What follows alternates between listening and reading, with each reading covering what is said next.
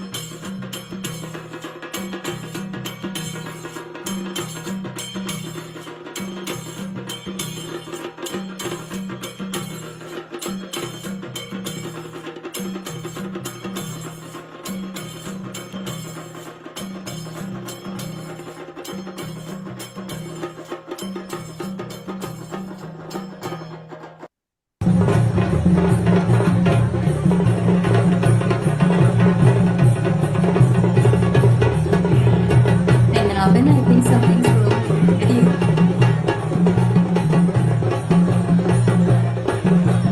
You cannot see the video. Okay, now it's running again.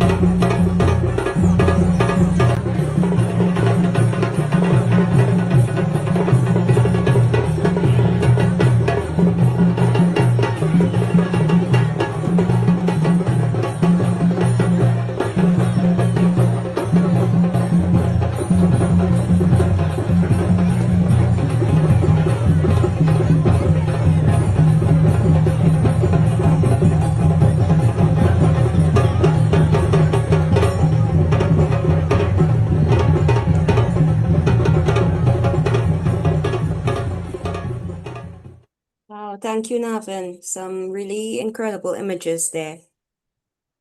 So I'd like to introduce our moderator today, who is Shalama Mohammed, the co-director of this ICC Zoom platform. She's a cultural and heritage consultant, business psychologist, teacher, and researcher from right here in Trinidad and Tobago. Welcome, Shalama. Thanks so much, Shakir. Assalamu alaikum, everyone. Namaste and a warm welcome to all of you here in the Zoom room. Also to those of you viewing the live stream of the YouTube channel of the Indo-Caribbean Cultural Center. Thanks for choosing to be here with us. And it's a privilege to welcome you all to our presentation today, which is on non-Indian researchers on Indian indentureship and its legacies. So the discussions to follow would examine the significant contributions of these scholars from different ethnic backgrounds who've advanced the study of the Indian indenture system and its enduring social, cultural, political, and economic impacts. We would attempt to address a few questions. For example, what has been the major contributions of non-Indian researchers to the study of Indian indentureship and its legacies? How have non-Indian scholars shaped the historiography of Indian indentured labor and the global Indian diaspora? What new insights have emerged from non-Indian researchers on the economic, social, cultural, and political impacts of indentureship? What challenges and opportunities arise when researchers study the histories and cultures of communities to which they do not belong? How has collaboration between Indian and non-Indian researchers enriched the field of indentureship studies? And our speakers today are more than equipped to answer these questions. Our first speaker is Dr. Keith McNeil, who's no stranger to this platform. He's from the USA. Actually, he's an associate professor of anthropology at the University of Houston, and his research includes the public representation of Indo-Trinidadian mortuary and cremation rituals. Welcome, Dr. McNeil. Hello, can everyone hear me? Yes, we're hearing you. We're Okay, seeing you as well. great. Sitaram, namaste, assam alaikum. Good morning, good day, good evening, and good night, wherever you are. It's a pleasure and honor to be here again. I appreciate the opportunity to share some of my work. So, given that time is of the essence, I've put together a quick little PowerPoint just to walk people through my trajectory and my Indo-Caribbeanist work. As was mentioned, I am an associate professor of anthropology at the University of Houston, but I just returned, well, 2 years ago now, from a 3-year stint at the University of the West Indies at St. Augustine in Trinidad and Tobago. I've been in and out of TNT for 29 years now, since 1997. I've lived there about 13 plus years. It's hard to count now, sometimes 6 months, sometimes 2 years, sometimes 3 weeks, that kind of thing. But I've been joking for a while that it's my longest term relationship. So anyway, let me share screen and see if this works. Dun, dun, dun. Okay, let me know. I need to expand this thing. I actually don't usually use PowerPoint, so let's see. Slideshow, play from the start. All right, can everyone can see? Yes. Great. All right, so I'm just going to quickly speak about my Indo-Caribbeanist work. How do I, advance. Again, I don't use, it's not advancing. Oh, there. I'm an anthropologist. I was trained in anthropology, but I am very much a historian as well. I don't think that you can do good anthropology without being also, a historian and having that socio-historical context. My long-term focus has been in Trinidad and Tobago, as I said, since I started visiting as an early graduate student in 1997. And that summer I'm going to backtrack and give you a little background. But before that, I had switched my focus from South Asian studies as a graduate student in anthropology to the Caribbean. So I visited in 1997, and I was going to, actually the plan was to spend the first half of the summer in Trinidad and then the second half of the summer in Guyana and kind of decide where I wanted to focus my research, because I had kind of recalibrated my focus to Indo-Caribbean culture and history.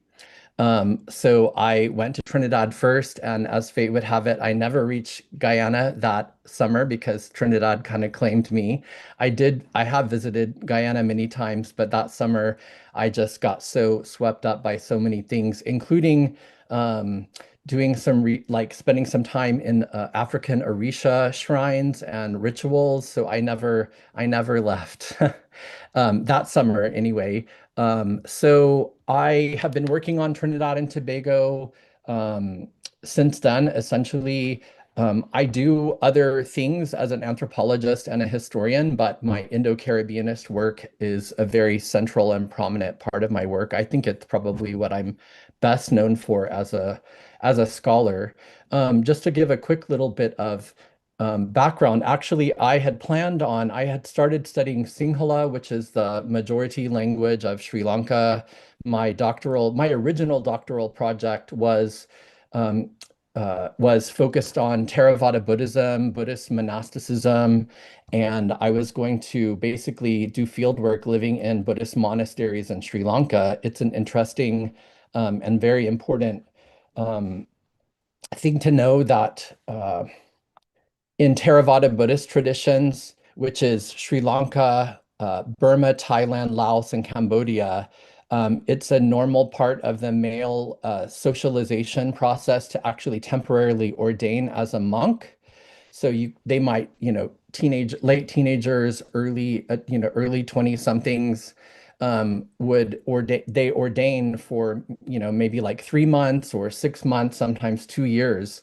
And they spend time learning, studying, and in monasteries. It's quite an interesting phenomenon. I was going to study that, but civil war, ethnic conflict really was raging in the mid to late 90s in Sri Lanka, and I decided that I wasn't willing to do field work under fire.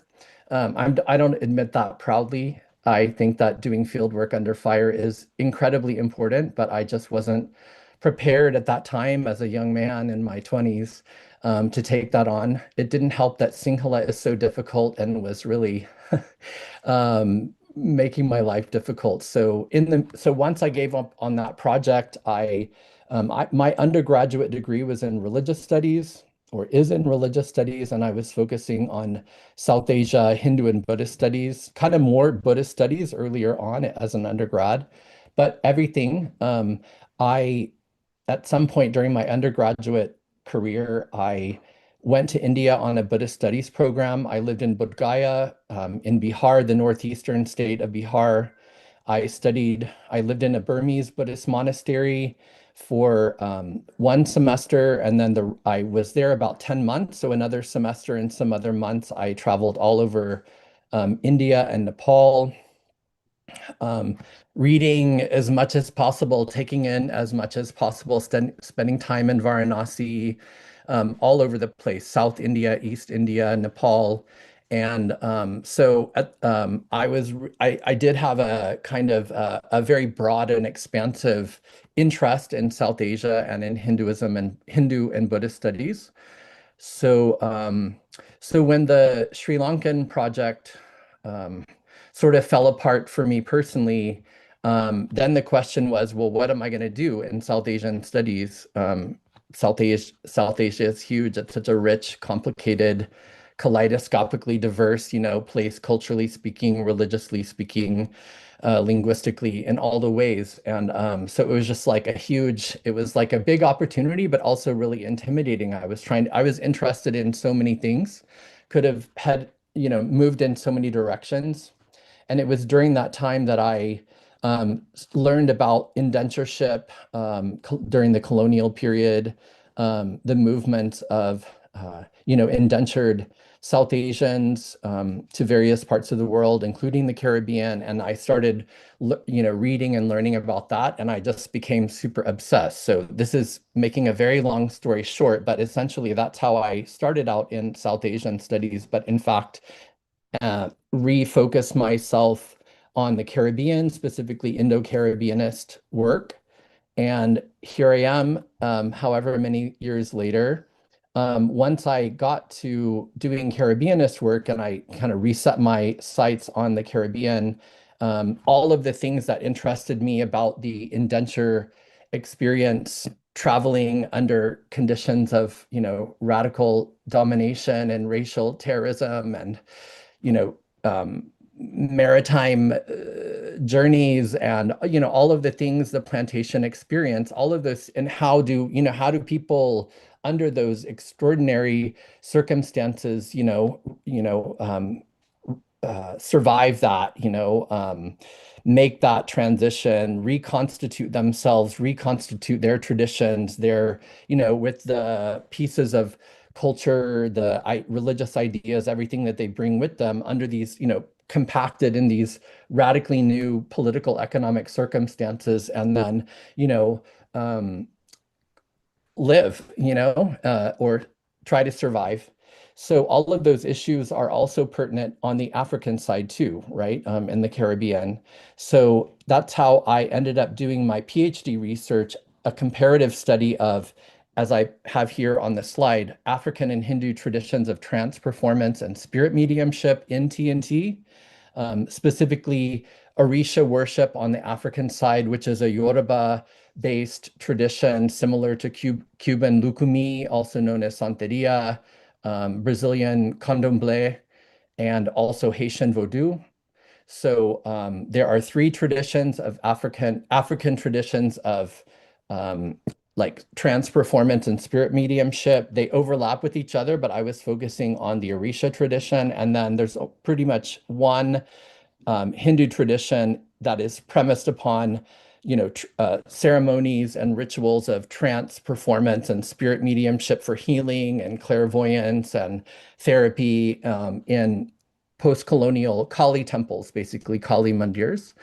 So that's the project I did as a my doctoral project that turned into my first book project. It also enabled me to to use these two case studies, which I mapped over 150 years of time on both sides, and then I compared and contrasted them and developed what I think is a very interesting comparative analysis. And it also enabled me to, as I say here, it was a kind of vehicle for examining the politics of race, religion, and diaspora in the context of what I call in my first book, TNT's era of post-colonial multiculturalism, which I date from the late 80s into the present. What's going on in the present is an interesting question, and possibly things are changing. So let me see. Okay, so here's the cover of my first book, Trance and Modernity in the Southern Caribbean, African and Hindu Popular Religions in Trinidad and Tobago. It was published in 2011, and a revised paperback was released in 2015. I have a number of other publications related to this project. The first thing I published, really my first major Indo-Caribbeanist publication, is this one, Doing the Mother's Caribbean Work on Shakti and Society in Contemporary Trinidad. This was like 6 years before my book. It came out in this edited volume, Encountering Kali in the Margins at the Center in the West, which is a really fantastic volume. It's super interesting, and it ended up being a pretty influential volume. So I was the last person that it was actually pretty much done. And then Jeffrey Kripal met me and said, "Oh my gosh, we have to wait. We have to get a piece from this guy who just finished his doctoral research in Trinidad." So I was really happy to join that effort. I also have a really interesting piece that most people don't know. Specifically, this is a journal called Material Religion. And I look very specifically at like the embodiment and the actual like symbolism, embodied symbolism and visual cultures of Orisha, trance performance, and spirit mediumship and Shakti, which in some ways are similar because they are premised upon, the cultivation of altered states of consciousness, what people in TNT called catching power. But in fact, they also manifest in very, very different ways in really technical, symbolic, and semiotic terms. So this is this is a really difficult piece to bring together, but I'm really happy about it. Also, Kumar, I don't know if you remember this one. This is from more than a decade ago. Yeah. We collaborated on this piece for an edited volume on Caribbean healing traditions. Kumar and Paul Younger, who is primarily a South Indianist, but also has 2 books on South Indian religion, culture, and history in diaspora. Really great books. I haven't heard from Paul for a while, and I actually don't know what his current status is. So, I mean, there are some other publications along the way, but this gives you a sort of sense for the first big project and how I got into doing Indo-Caribbeanist work. We can talk about anything along, that comes up in Q&A. But then after the first book came out, I spent a year in TNT at the Institute for Gender and Development Studies as a Fulbright scholar in 2012, 13, something like that. And I started 2 major projects, which actually have kept me busy the last decade. Well, and counting now. One is what I'm going to talk about the rest of my short period of time here. One is a major project reconstructing the history, practice, and politics of Indo-Trinidadian death, mortuary ritual, funerary praxis, and the post-colonial revitalization of pyrecide Hindu cremation. It's an unbelievably interesting story. Lots of twists and turns and surprises. And I'm currently finishing a book project based on that, entitled Cremating the Body Politic, Death and Diaspora in the Hindu Caribbean. I'm also working on my first documentary film, which I have a 3-minute, we have a draft of part of the film, and I'm going to share the first 3 minutes, the introduction, if there's time, or maybe we can move it to Q&A, but I'd love to share that with you. It's 3 minutes. And then separate, and I won't talk about it, is also a major project, a person-centered historical ethnography of men, sexuality, gender, ethnicity, class, technology, generational change, and the politics of citizenship. That book is entitled Queering the Citizen Dispatches from Trinidad and Tobago. The two publications I have on the mortuary ritual project is this one from 2018. That came out in this volume. It's really fantastic collection, various studies from all over the Caribbean in terms of death, mortuary ritual, and so forth. And then I have a more recent one from, I think this is 2023, something like that. And that came out in this book. The cover is not exciting at all and strange, but anyway, it's in this text. And then I also, based on this work on death and mortuary ritual, I developed a course on the anthropology of death and mortuary ritual. So I've now published, these aren't specifically on the Indo-Caribbeanist work, but that work has inspired me so much, and I've become so obsessed with death and mortuary ritual that I've developed a whole specialized course on it. And I've now published two essays specifically reflecting on like teaching about death and mortuary ritual and working with these materials in classes with students. I published this one coming out of based on the time I taught it during COVID, which I called #Corona Chaos, and then another more recent piece. And then the last thing I'll mention is that I have this, I've recently just finished guest co-editing a special issue of the Caribbean Review of Gender Studies. It's coming out next month. It's supposed to be next month, and it's entitled Sexing the Spirit in the Repeating Islands.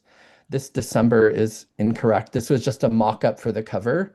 And then the two pieces I have in that forthcoming volume, one is a visual essay based on a really amazing mud volcano Mandir in southwest Trinidad, the Peninsula Cedrus. I've come to know the women who conjured this temple at a mud volcano about 5 years ago. They're now some of my favorite people in Trinidad. I really adore and respect them. So I have a visual essay coming out on them called Shakti Prism, Neem, Devi, Independent Women, and a Mud Volcano in Southwest Trinidad. I'm also currently making a very short documentary inspired by this visual essay, since I have video materials that couldn't make it into the, like a two-dimensional hard visual essay. And then my other piece in this special issue is on that, like the Afro-Atlantic, Black Atlantic religious studies side. So yeah, that is what I have to say. If there's time, I could share the 3-minute intro to the documentary film. If not, maybe we could come back to it. I will say you all played the lovely footage from Jose in Trinidad from the Northern tradition in St. James. And then also the one at the end, the last footage was in Cedrus, actually. And it's kind of poignant for me because I'm actually there every year. I was supposed to be there this year, but currently I'm in Washington State helping a friend through a surgery. So it was nice to see that, but I will add the important footnote that all of the people who observe Jose in Cedrus are in fact Hindu. There's exactly one Muslim who participates like as a central, dramatis personae in the 5 camps who make Jose in that area. It's very important to point out that actually it's primarily a Hindu, it's a Muslim, tradition, but it's actually carried on and observed very passionately and amazingly, primarily by Hindus, which is something that I want to write about at some point, but time is a limitation. I've been tracking the tradition of Jose in Cedrus for about a decade now, and I think I have exactly one paper in me about it. So yeah, how are we doing on time? You've been doing excellently. You have 1 minute left. But if Okay. you want to run that video, that's fine. Okay. It's 3 minutes, and then I'll Sure. just, if we want to come back to it in Q&A, we can. Okay, let's You've been share doing some again. fascinating research, I have to say. Thank you. I think so too. That's why I keep coming back. And you're practically Trini now. That's what they say. guilt by association. I did have my Cascadoo the first time I was there the summer of '97, so it was a fait Right, accompli. right, right. Yeah, that's it. Let's see, not PowerPoint. Okay, just desktop. Share this. Expand to screen. I will just preface this to say that yeah, I don't have any training in filmmaking, but I'm a very visual. I teach with, films, documentaries. I love film. I'm very visual. And I'm working with, interestingly, a Nigerian Trini filmmaker, Oyotayo Raymond Ojawade, who was in Trinidad for 30 years. He's now back in Nigeria, and he has an interesting perspective based on his own experience, having one Trini parent, but also a Nigerian born in Nigeria. So it's a really interesting collaboration in that regard. So this is just the intro to the documentary, my first feature-length documentary film that I have engaged in.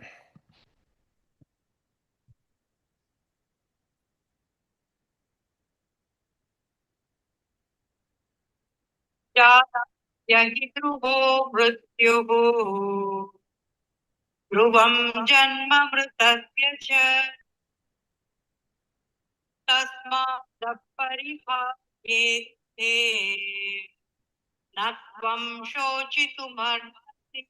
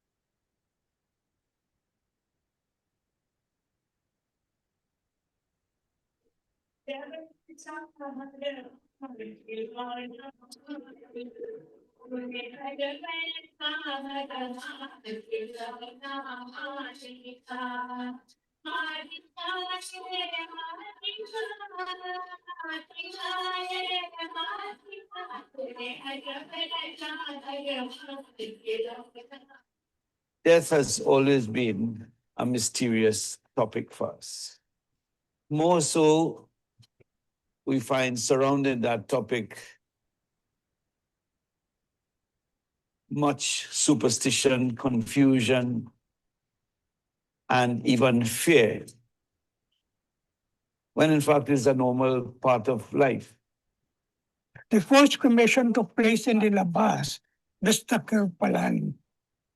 And the preparation was different. In the days of Mr. Kirpalani, when he died, they dug a hole. They dug a hole. They dug a hole, put in the hole and put the body on top.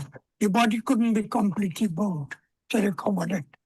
The first proper cremation that took place in Trinidad was Mr. Balkaran Singh. My father.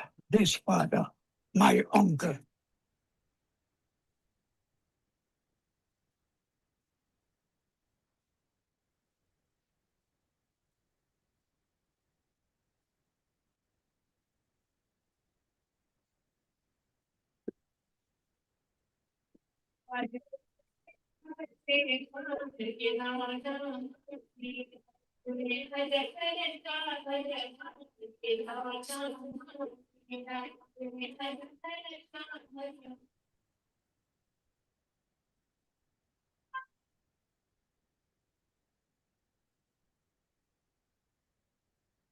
So there you go, a sneak peek.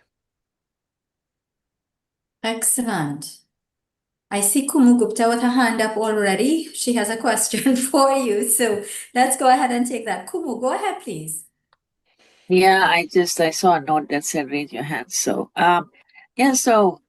Keith, what got you interested in this side of things? So I don't want to call it dark topic, but it's dealing more with the afterlife than living issues. And if you were to uh, do a one line synopsis, what did you get out of this journey through this project? Ooh, one line, one sentence. Well, I mean, the thing is that, I mean, maybe it's morbid or esoteric, I don't know, but the more I mean, let's say anthropologists have actually studied mortuary ritual for more than a century in great detail, and it's utterly fascinating. One of the things we know is that how people respond to death says everything about what they think about themselves, what they think about society, what they think about morale. Like everything you can get from death to every other part of life, if that makes sense. So in that regard, it's a very strategic nexus or place to study much wider processes. I meant to say earlier that this project on Indo-Trinidadian mortuary ritual, the story in and of itself is extremely fascinating. There's twists and turns all over the place. When I shared this material with the late Brinsley Samaru, who, enough respect to Brinsley, he has always supported me from the beginning and was always such an amazing interlocutor and so generous. Actually, I'm going to dedicate this film to him, in fact, his memory. What was I going to say about that now? I just lost my train of thought about thinking about Brinsley. Oh, when I shared this material with Brinsley Samaru and Bridget Raritan, even the two most preeminent, well, at that point, living historians of TNT, they were like really surprised that a lot of the stuff I had unearthed in the archives, doing ethnohistorical interviewing, etc. So telling this story is interesting in and of itself and important, but it enables reframing the larger Indo-Caribbean story, I think, in a really helpful and revelatory way. But to answer your first question, I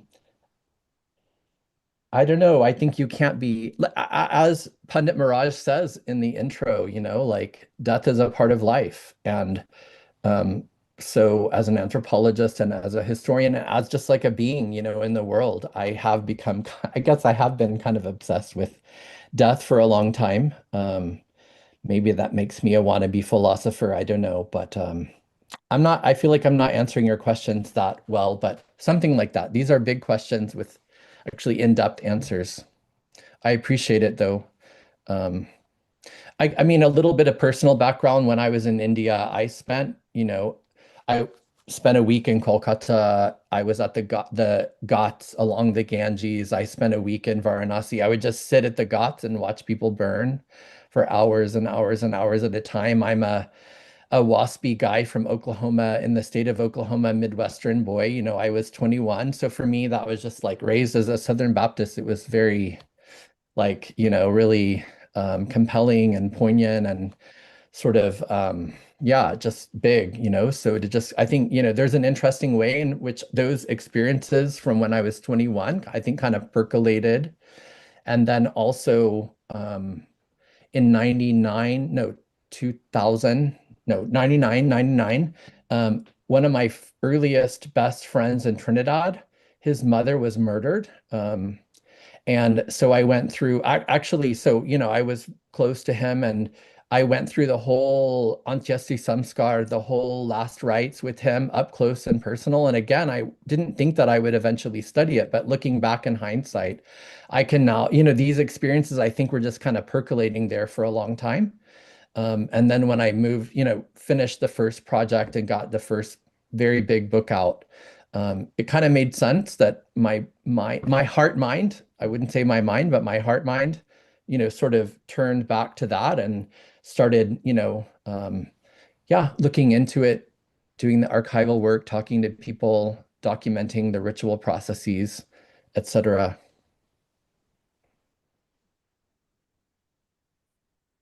Thank you very much, Dr. McNeil. I think one of the things that has come out of your work for me is that because I'm a Muslim, I'm from the Muslim tradition, it helps me to understand the Hindu tradition even more. So there are observances which I would not necessarily interact with, I would not be a party to. And most of it is just what we see. So what you're doing is actually documenting, not just for me, but perhaps even for some younger Hindus who have no idea why their ancestors did what they did. So thank you very much for that.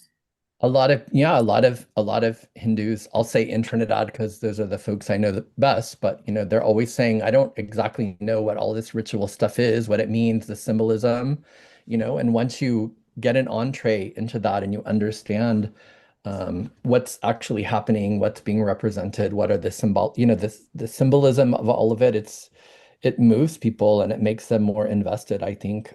Yeah. Dr. Mahabir has his hand up. Yes, Keith, as a longtime friend, I want to again commend you for the work that you are doing in Trinidad.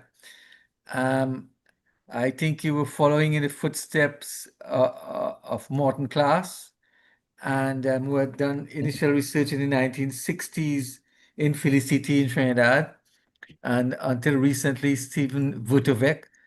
If I am correct, I think you were the only non-Indian white who is studying Indians in Trinidad in such a in-depth and extensive way, and I want to commend you for that. It's often good to have foreigners look at us, so we get their perspective, and we can kind of juxtapose our views and our theories and our thoughts with what you are coming as an outsider and documenting and studying. So thank you very much. I commend you, and you'll get our support in any way we can. Thank I you. appreciate that a lot. And also, I'll thank you because when I was a grad student trying to figure out when I had switched to the Caribbean, you were one of the first people that I got put onto, and you were very generous and helpful. I will say, what you said is true. The thing is that insiders, we need both insider and outsider perspectives. Maybe a century ago, anthropologists kind of thought, oh, the outsider scientific objective point of view, but the point is that insiders have their knowledge and that's critical, but they sometimes, they take a lot for granted. So, but also outsiders have a certain kind of perspective they bring, but they don't have the insider experience. And what we really need is both together, right? In some kind of conversation. So thank you so much. It means a lot coming from you. Excellent. Thank you very much. So, ladies and gentlemen, that was Dr. Keith McNeil's presentation. And if you have any questions for him, we can go ahead and take them at the end. We will invite now Dr. Mark Tunbridge, who is originally from the UK but living now in Guyana. He's a lecturer at the University of Guyana, and his research focuses on Indian and Chinese indentured laborers and their descendants in Caribbean literature. And again, Dr. Mark Tunbridge is no stranger to us. He's been on the platform more than once. Welcome again, sir. Warm greetings. Thank you very much for that introduction. Can I just do a sound check and just make sure that you can see me as well? You can hear me okay? Yes, Yes, we're we're hearing you. seeing and hearing you. Excellent. Wonderful. Okay, so I'd like to begin by, let me share my screen. I'd like to begin by saying, one is I'm not feeling well. Yeah, I'm not feeling too well at all, but I'm here and I'm going to try and do my best for you. I'd like to say, I'd like to remember and be very thankful and grateful for Amina Ghaffur, my dear friend, who I miss dearly. I miss her so much, and my work, I did quite a bit of work with her, all of her books. I edited, proofread, co-wrote one with her, and so yeah, just want to remember her before I move on this evening. But thank you for asking me along as well. Thank you very much. So,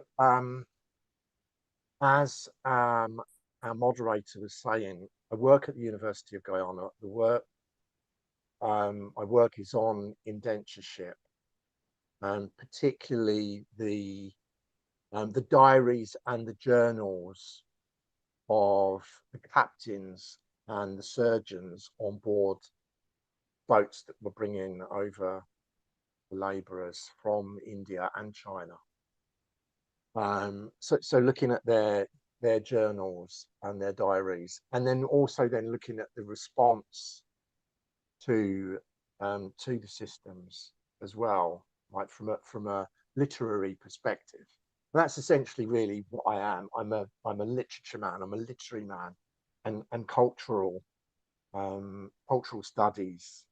These are the areas that I kind of work in. And the work also looks at the idea of opium and how opium was so important in terms of supporting indentureship and the money being used that was coming from opium to fund the wider empire. Okay? But what I want to do this evening, I'm going to try and sort of take a step back, right, from my work, and just leave that to speak for itself. The work is out there, and I'd encourage you to engage with it. But what I kind of want to do is take a step back. I was past some questions before this session to kind of get our thoughts going as to the sort of direction we need to be thinking of. So what I've done is taken two of those questions, I think, and I'll focus on those. What I want to do is be mindful of the time, because I don't want to go over time. And so what I'm going to do is stop watching the background so I don't have to check on time. Okay, so that is my plan for the next kind of 20 minutes or so, is to take two of these questions and focus my talk on those.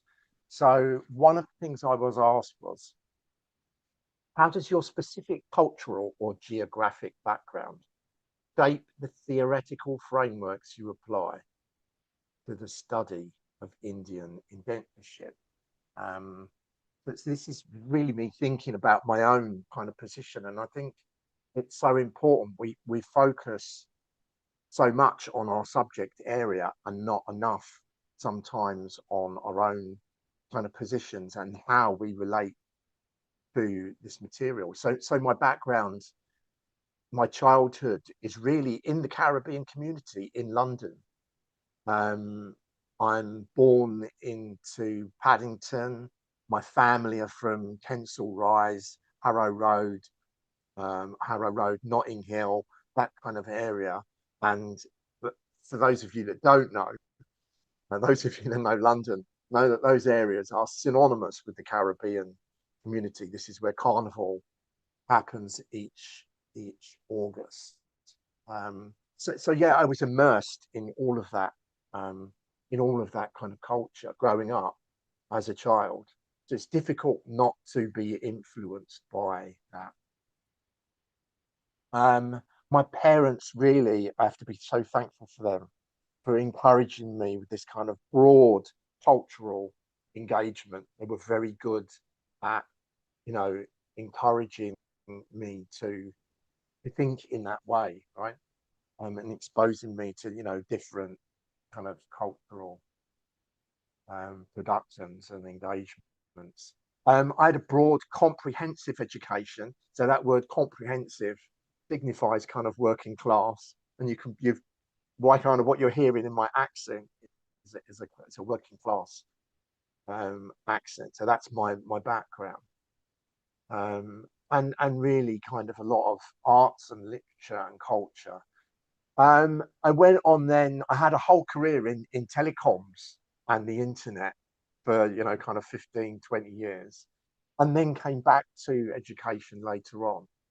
Did a BA in English, then went on to do my master's in contemporary literature and culture, and finally then did a PhD in comparative cultural studies with David Dabby-Dean, who's right here in the audience tonight. And thank you so much to him. Big up, David. Yeah, in terms of that question about the theoretical frameworks, my BA, when I did my BA, I was absolutely drilled in critical theory. Okay, right through from literally first semester, first year, first semester, we were drilled in critical theory. Every semester, you had to do three modules, and one of those modules would be critical theory, whether you wanted to or not. It was compulsory.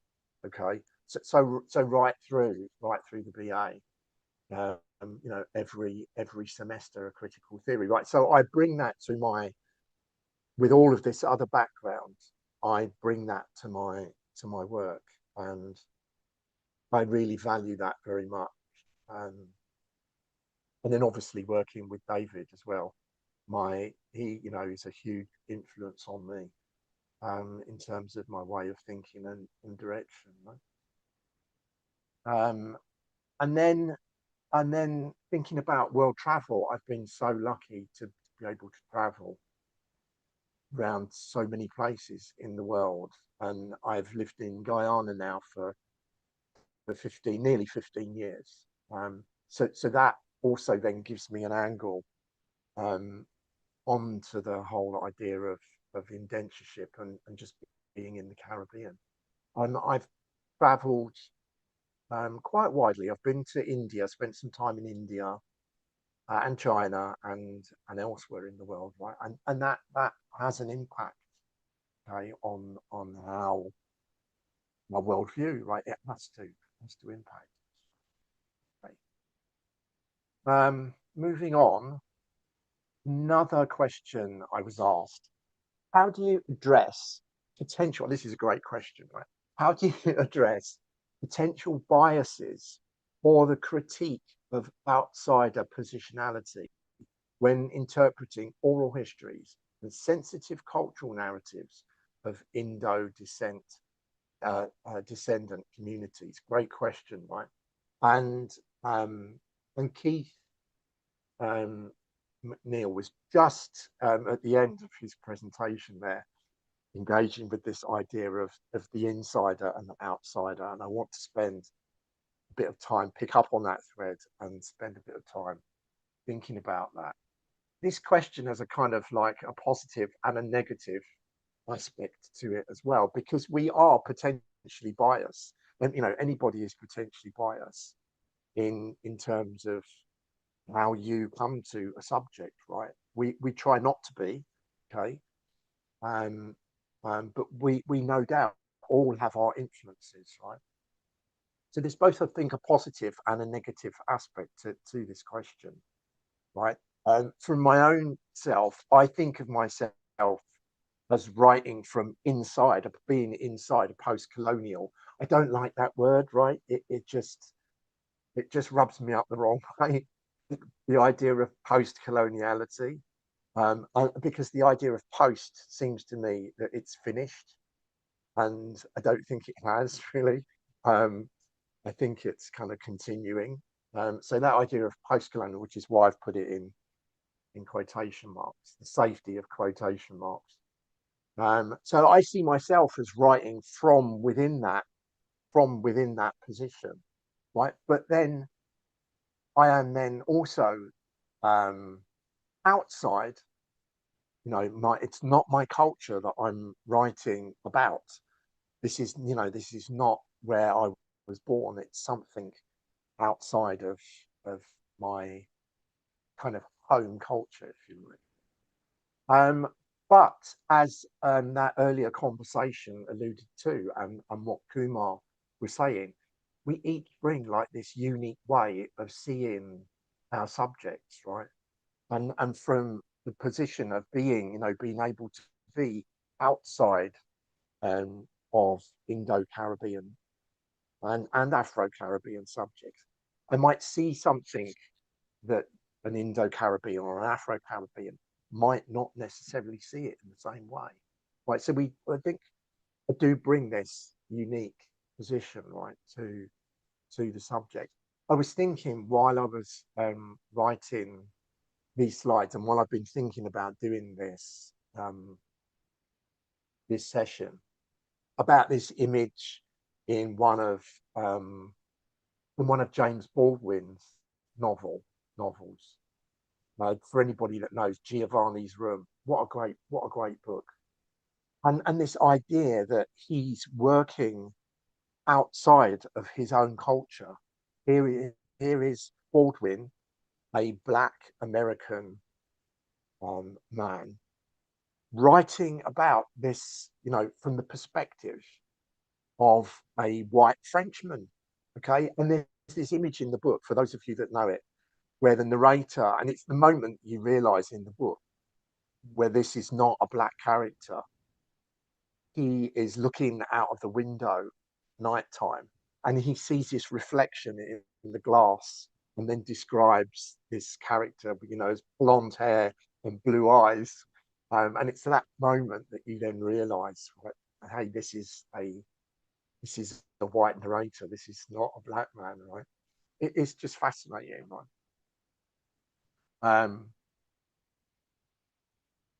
So I don't come from that immersed, you know, from being the place that I'm born.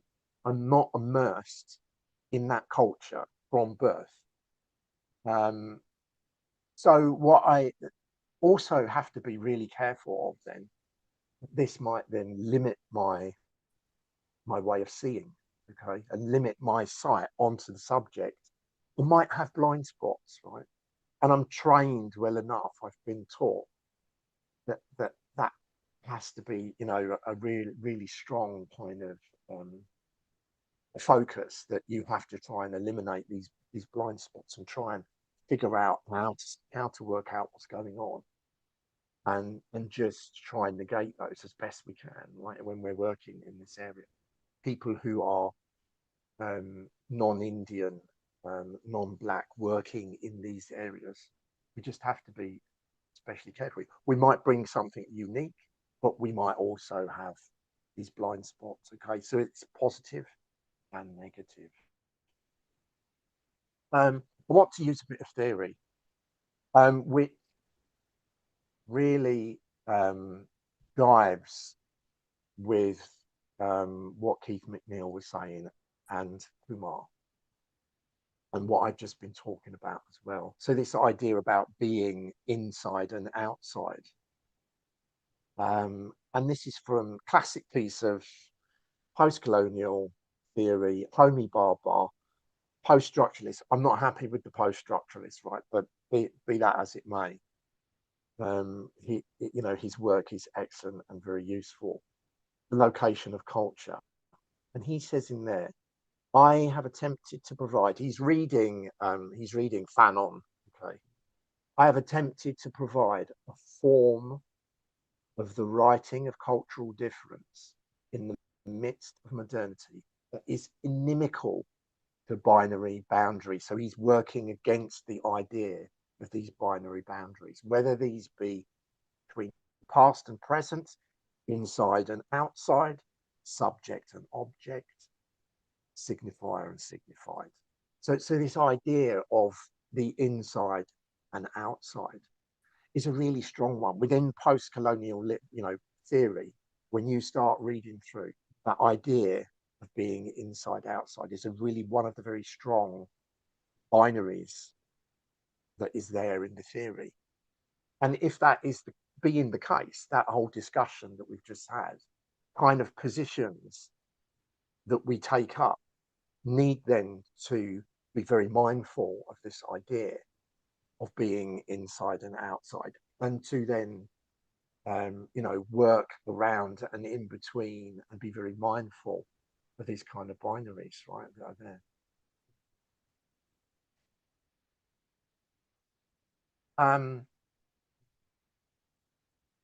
So I want to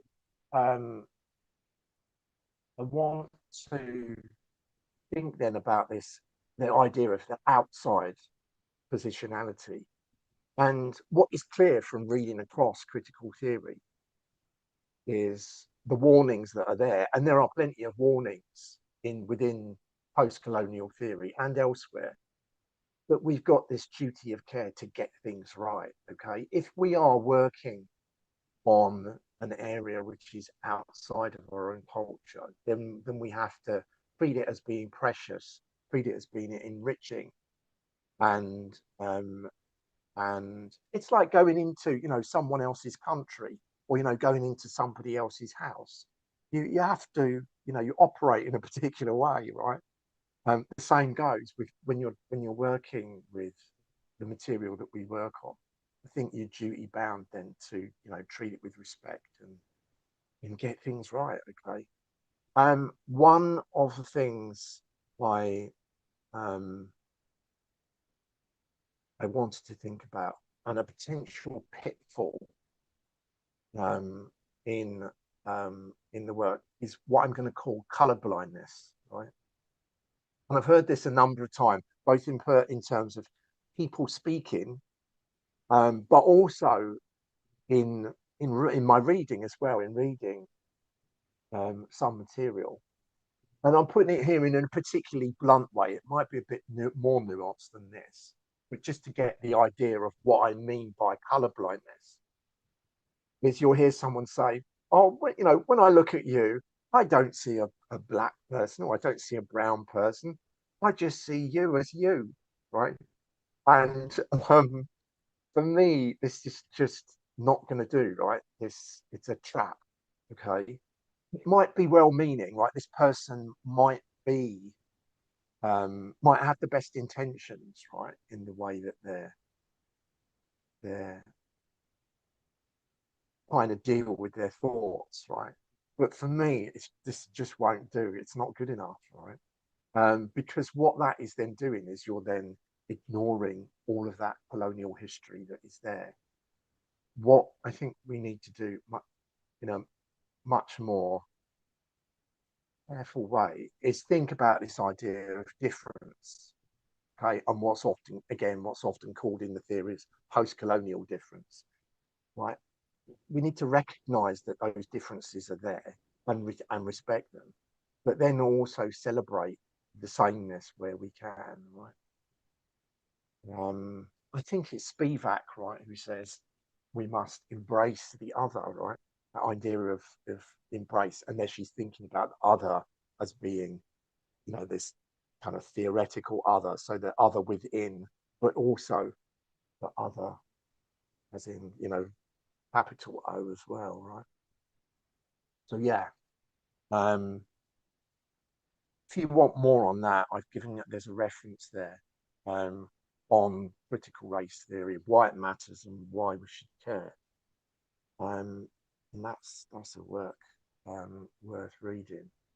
I think I'm going to finish just a little bit early, perhaps. I'm nearly there. Yes, I'm at an end.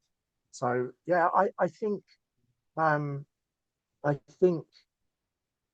this whole area is just completely fascinating for me to work, the work that I do. And I don't see the other thing is, of course, is I don't see it as work, right? I love what I do. I love what the work that I do. So much that to me it's not work, it's just what I would be doing if I wasn't working. But that's really what I'm here to do. I love this engagement with culture, and for me it's now, for what, you know, for white people, for Europeans, and for white Americans. For me, it's gone past the point long ago. We should have been past the point where black people and Indians and Chinese people and anyone from the rest of the world should be just acceptable. We've gone past that. We should now be, you know, we have to now be thinking that it's enriching, right? It's enriching to have other cultures around you and to be engaging with them, rather than, you know, it's just that idea of acceptability. And then certainly in this country, I'm in England at the moment, I'm not in Guyana right now. certainly in this country, there's still a long way to go, right, in terms of that. Right? So let me leave it there, and bid you a good evening, and I look forward to any questions, comments, observations, and what's turning out to be a very interesting evening. Good night for the moment. Thank you very much, Dr. Tambridge, and we really appreciate the fact that you're making such a great effort. I know it's very late where you are now, but you've made such a great effort despite the fact that you're not feeling very well. And perhaps if you were in Guyana right now, you would not be under the weather, I think. But thank you very much for sharing all that you have. Thank you so Again, much. Thank you. You're welcome. So, to members of the audience, if you have a question or a comment, please go ahead, raise your electronic hand. It's in the reactions button at the base of your screen. Okay, Dr. Mahavir, go ahead, please. Well, Mark, I want to congratulate you for accepting our invitation to speak. Mark is a colleague of mine. We work in the same department and the same university, University of Guyana. I want to ask Mark, what has drawn you to Guyana? You were living in Guyana, you have written about the literature of Guyana. Why not Trinidad? Because there's so many similarities. So that's the question. Yeah, well, I have been to Guyana and spend a good amount of time because it's so close normally to where I am. I frequently come over to Trinidad. So it's not a place that's unusual for me or that I don't know. I know Trinidad very well. So yeah, Guyana though, why Guyana and not Trinidad? That's a good question. I think, well, a number of things really. One would be just my work. Okay, when I was finishing the PhD, which I actually finished while I was in Guyana, I took a huge risk. I had 2 job offers at the time, and I was several months away from finishing the PhD, probably 4 months, something like that, away from finishing PhD, and I had thousands of words still to write, something like 50,000 words still to write.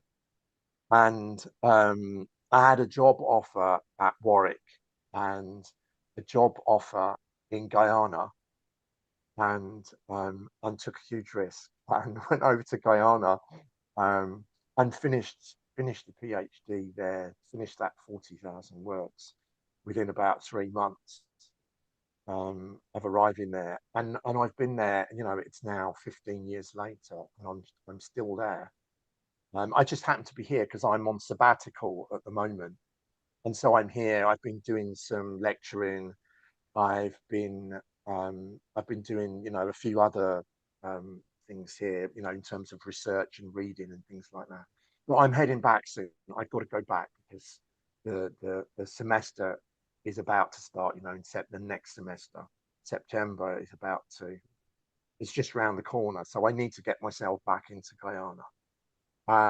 But so that's one reason. One is the work, right? And I had this offer of the job, of the work there. I just love the place. Right? It's a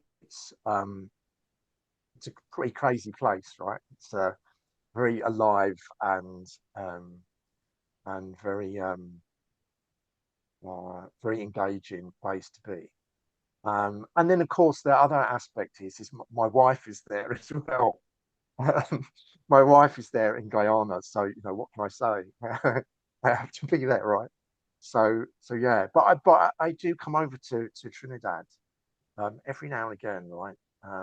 And I enjoy being there. I love Trinidad as well, and some of the other islands as well. I'm lucky enough to get to visit from time to time.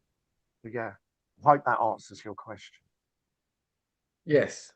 Thanks for asking. Dr. Tambridge, let me just ask you very quickly. Sure. Have you encountered any challenges doing your research in Guyana? In what respect? Challenges in Challenges from you're non-Indian, you're non-Black, you are from England. So has that created any issues for you? Have you been getting any pushback from, for example, persons to whom you would go for oral history or even archival information?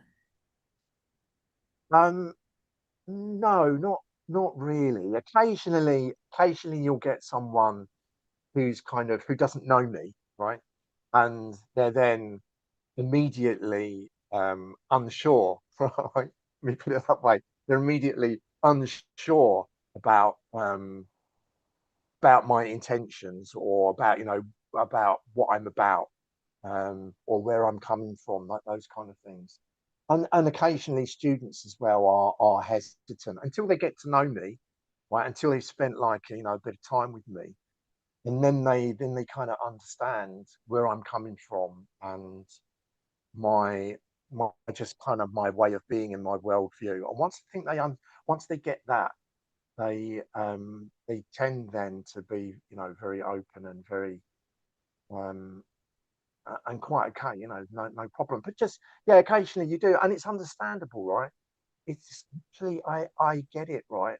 It's how can there be all of that history, right, with people from the place that I come from having done all of those things in that country, and there not be any issue at all? It's unrealistic to expect to go in there and there to not be any sense of reticence or any kind of pushback or anything like that. So it happens, but I think once people understand where I'm coming from and what I'm like, that they're fine, right? They're okay.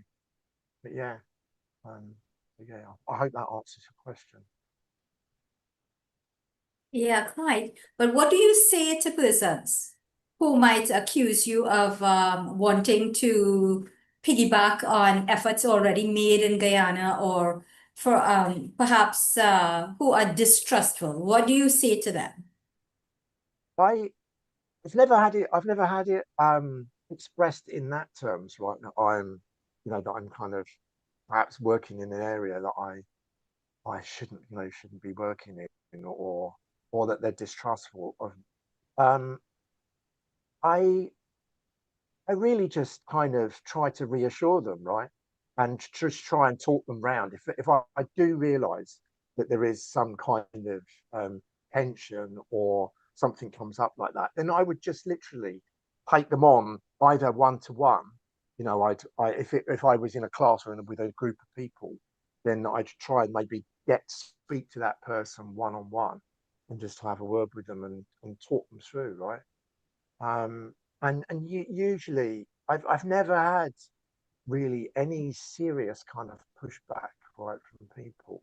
Whether they're thinking it and just not saying it, I can't say, right? But no one's ever really, kind of spoken to me like that, right? And really sort of push back. That's how I think I would take it. I would just speak to them and I think they'd be cool once they understand. I'm seeing Michael Mitchell's got his hand up. Go, Michael. Good for you, Dr. Mitchell. Go ahead, please. Yeah, well, I mean, you also did a PhD with David Daberdeen. And I remember when I said, "What am I doing here talking about Caribbean literature? Should I have I got any right to do this?" And he said, "Well, have I got any right to talk about Shakespeare?" And that was basically the end of that. Why not? I think everybody should have the right to say something, as long as they are acting in an honest way. Absolutely. And this is the thing. I think it's, as I was saying during the presentation, is I think we've all got a unique position that we can bring to the work. And once that engagement is done in a respectful way, and it's productive, and and seen as being in the culture is then seen as being enriching, then I think people see that, right, and understand it and will respond to it, like, positively. So yeah, good. Excellent. Thanks, Mike. Yeah. Thanks. Thank you very much, Dr. Tunbridge, and I hope you feel Thank better you. soon. Thanks very much. Thanks. I actually feel better just engaging with something like this. It kind of, yeah. So thanks. That's fine. Sometimes it happens, and we are very grateful that you actually made the effort to be here with us. So thank you very much. At this point in time, let me properly welcome Dr. Michael Mitchell. And again, Dr. Mitchell has been with us on many occasions. So he's originally from the UK and Germany, and he will explain that. A literary scholar and historian of the Caribbean and the Indian diaspora. He's distinguished for his contributions to the study of indentureship and its legacies. And it's such a pleasure to have you speak, sir. Go ahead, please. Oh, thank you very much indeed, Salima. That's really nice. That's really kind of you. Yeah, well, thank you very much as well to Dr. Mahabir for inviting me. I very much appreciate that. And I'll share my screen if I may. Here we go. And It's up, we're seeing it. good. I hope it'll move down. And you can see from this that that I'm actually retired. I'm a retired secondary school teacher, and I taught for years and years at a German high school.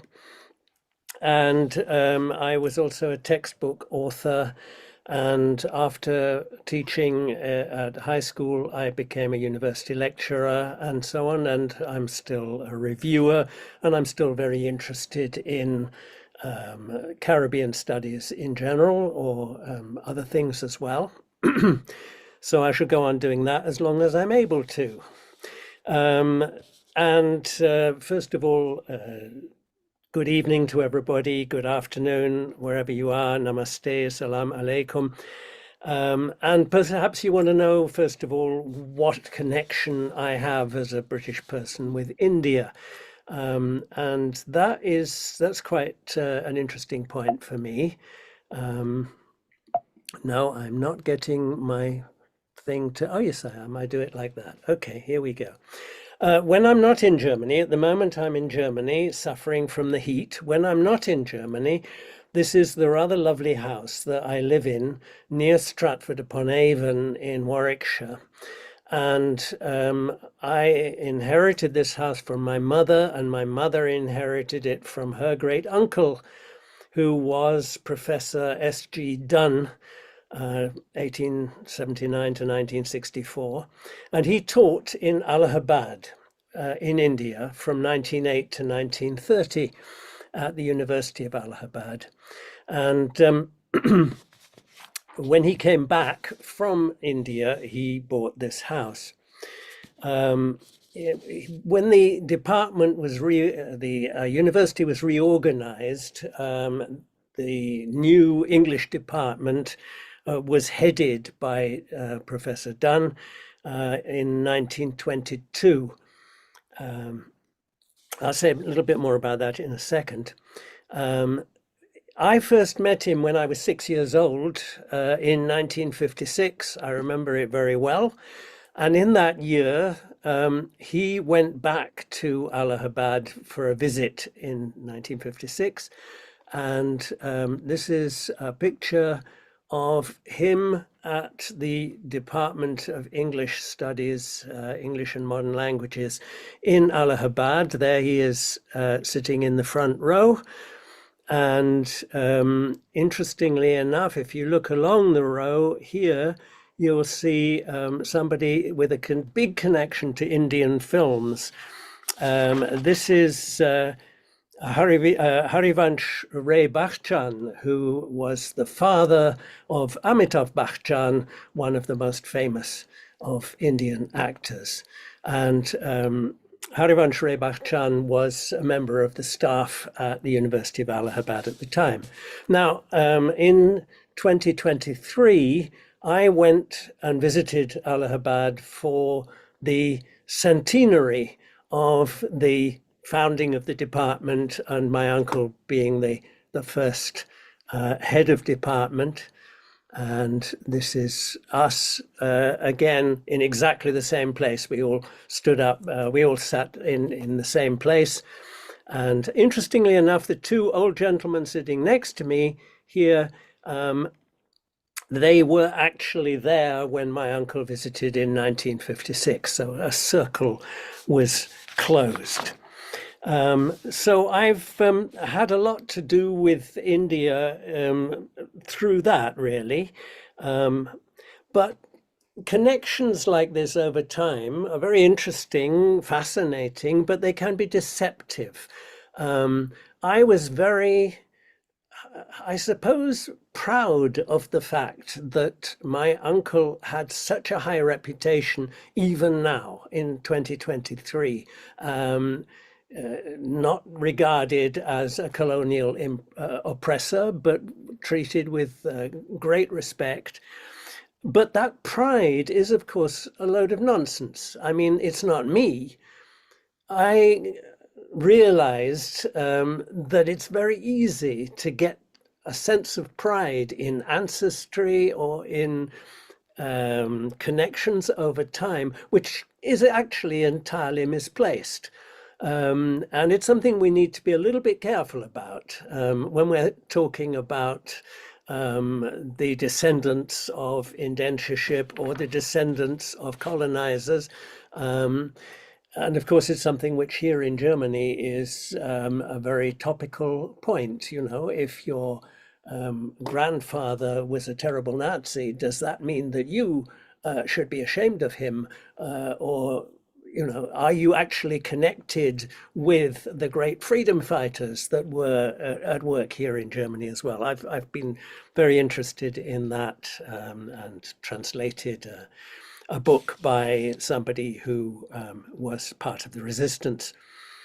Yeah, so then that's just a sort of general point. And then when I was teaching in Germany and I got involved with the new curricula that were being created in Germany during the 1980s, in particular 1990s, and that's when I started writing school textbooks, one of which was called The Postcolonial Experience, Decolonizing the Mind.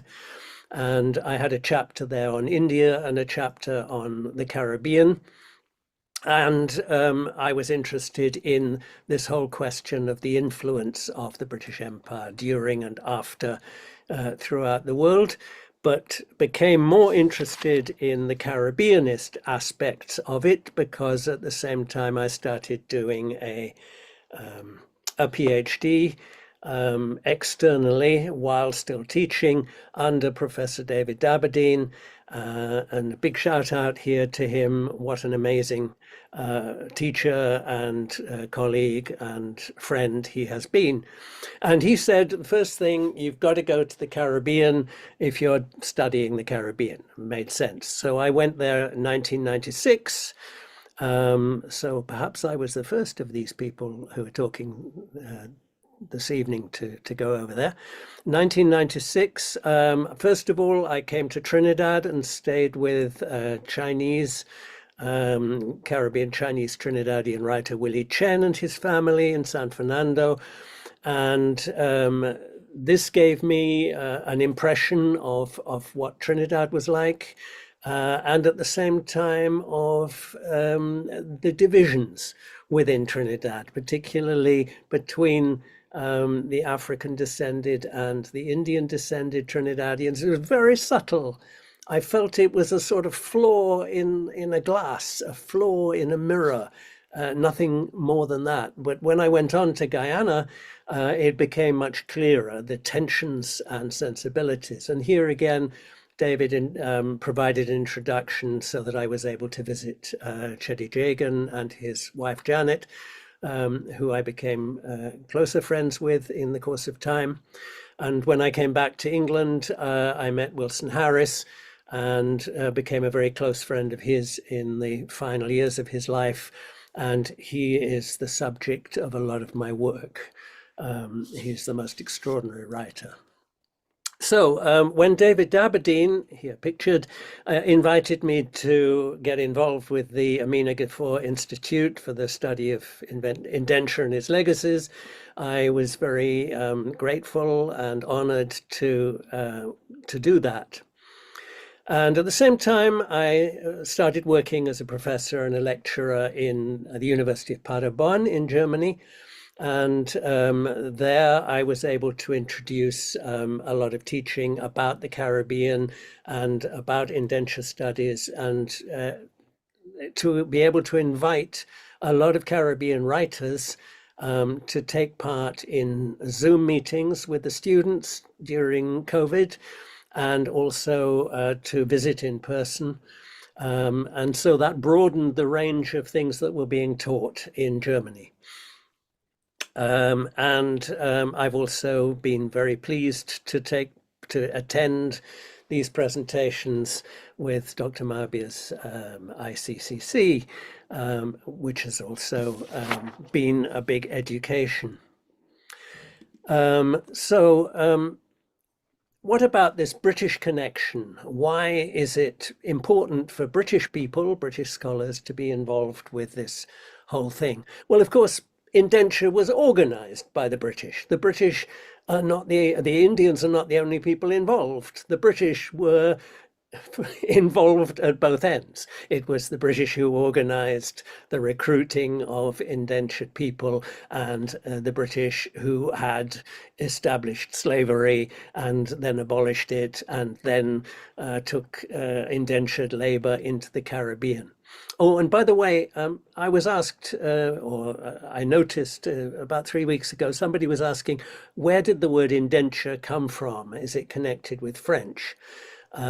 Yes, the word dent in French, D-E-N-T, means tooth, and it goes back to Latin.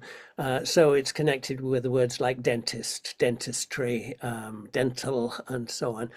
And an indenture was an agreement written in duplicate.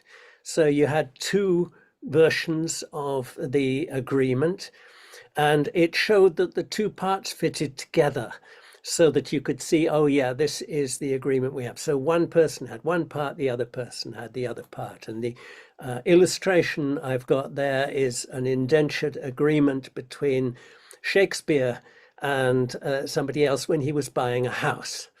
So this is a very old system. Actually, it goes back even further. It started in about the year 1000. And it was typically used for masters and servants in Britain. And then it was used in the colonies, for example, in Barbados, before slavery, before Black people were enslaved and brought to Barbados, the workers in the sugar plantations were indentured servants. And of course, we all know that the word agreement, the indentured agreement, gives us the word for gurmit, which meant agreement. That was just a kind of mispronunciation of the word. Of course, if you're not an Indian scholar, some things can be simpler. If you read the book Jahajin by Peggy Mohan, she describes going to India and working with Indian academics, and they ask about one of her names. And from that, these academics make assumptions about her caste and where she had been greeted in a very friendly and collegial way. As soon as they heard that that was her name, suddenly the atmosphere became very frosty, until someone was able to sort the problem out, and then she was regarded as an honorary high class, honorary caste. So we don't have that problem, of course, as non-Indian scholars. We don't have these problems of connections through caste. I don't think it's as bad as it was, but this could be a problem. And of course, most of the documents that we're talking about are in English from the time of the empire. So these are documents from the ships, documents from the depots in India, documents from the estates in Trinidad, in Guyana. And there are a lot of others. There's a very important book called Coolies of the Empire by Ashutosh Kumar, in which he talks about surveys that were done during the period of British rule. And there is an extraordinary thing that I'm only just discovering about, because I met a man in India who is the great nephew of my uncle's best student, who went on to become the head of the English department and the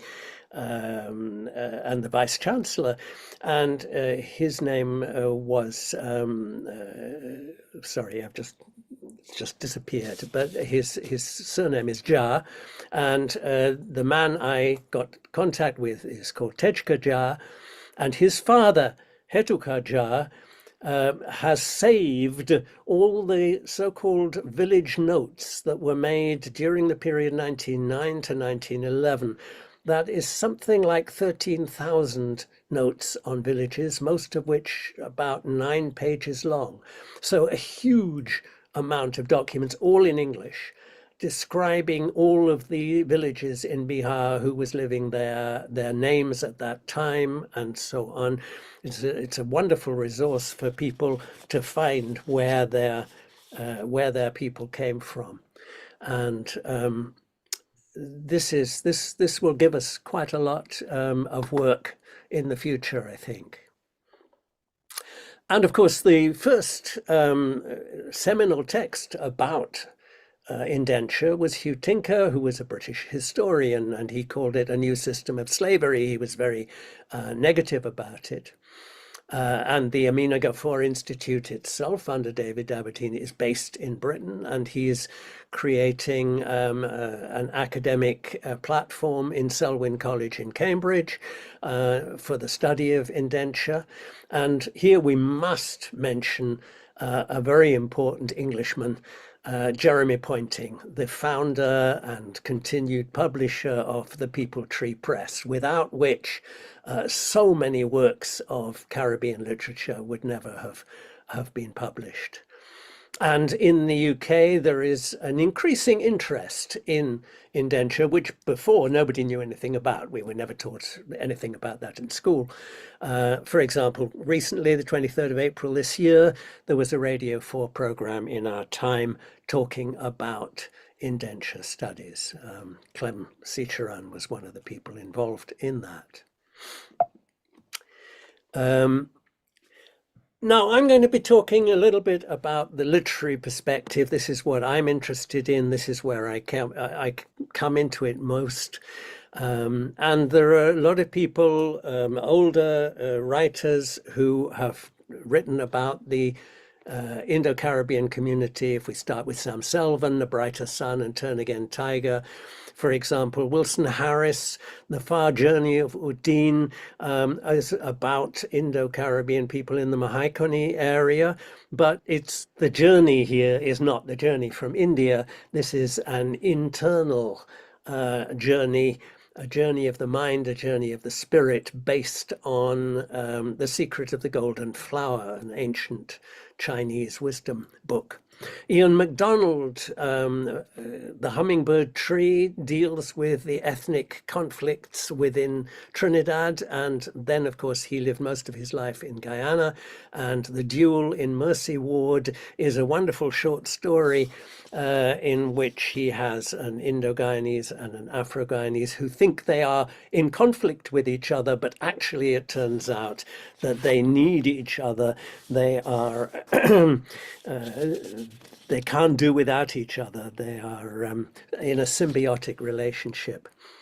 Then Chinese people, Willie Chen and Jan Scheinborn, have written wonderfully about the Indo-Guyanese community. Willie Chen in stories about Basta Hall, just outside Marabella, in the south there, or Jan Scheinborn, The Last Ship, about Indo-Guyanese. And Olive Senior's Arrival of the Snake Woman, a wonderful short story about an indentured woman laborer who arrives and is married as a trophy wife by somebody from the interior of Jamaica, and who becomes the matriarch of the village, and starts to, in the end, lives in the big house, and her rise. But I would like to look at a couple of other more modern stories, and to answer the questions, are books about the Kalapani crossings, about indenture, are they just memorials? We were talking the other week about memorials. Are these just memorials, or do they serve another purpose? Memorials are things where you're looking back. Again, you're tracing your ancestry, you're remembering the things that happened, you're remembering the things that have been survived. Sometimes these memorials might be negative, like in the work that I was talking about just now, but sometimes they could be more positive.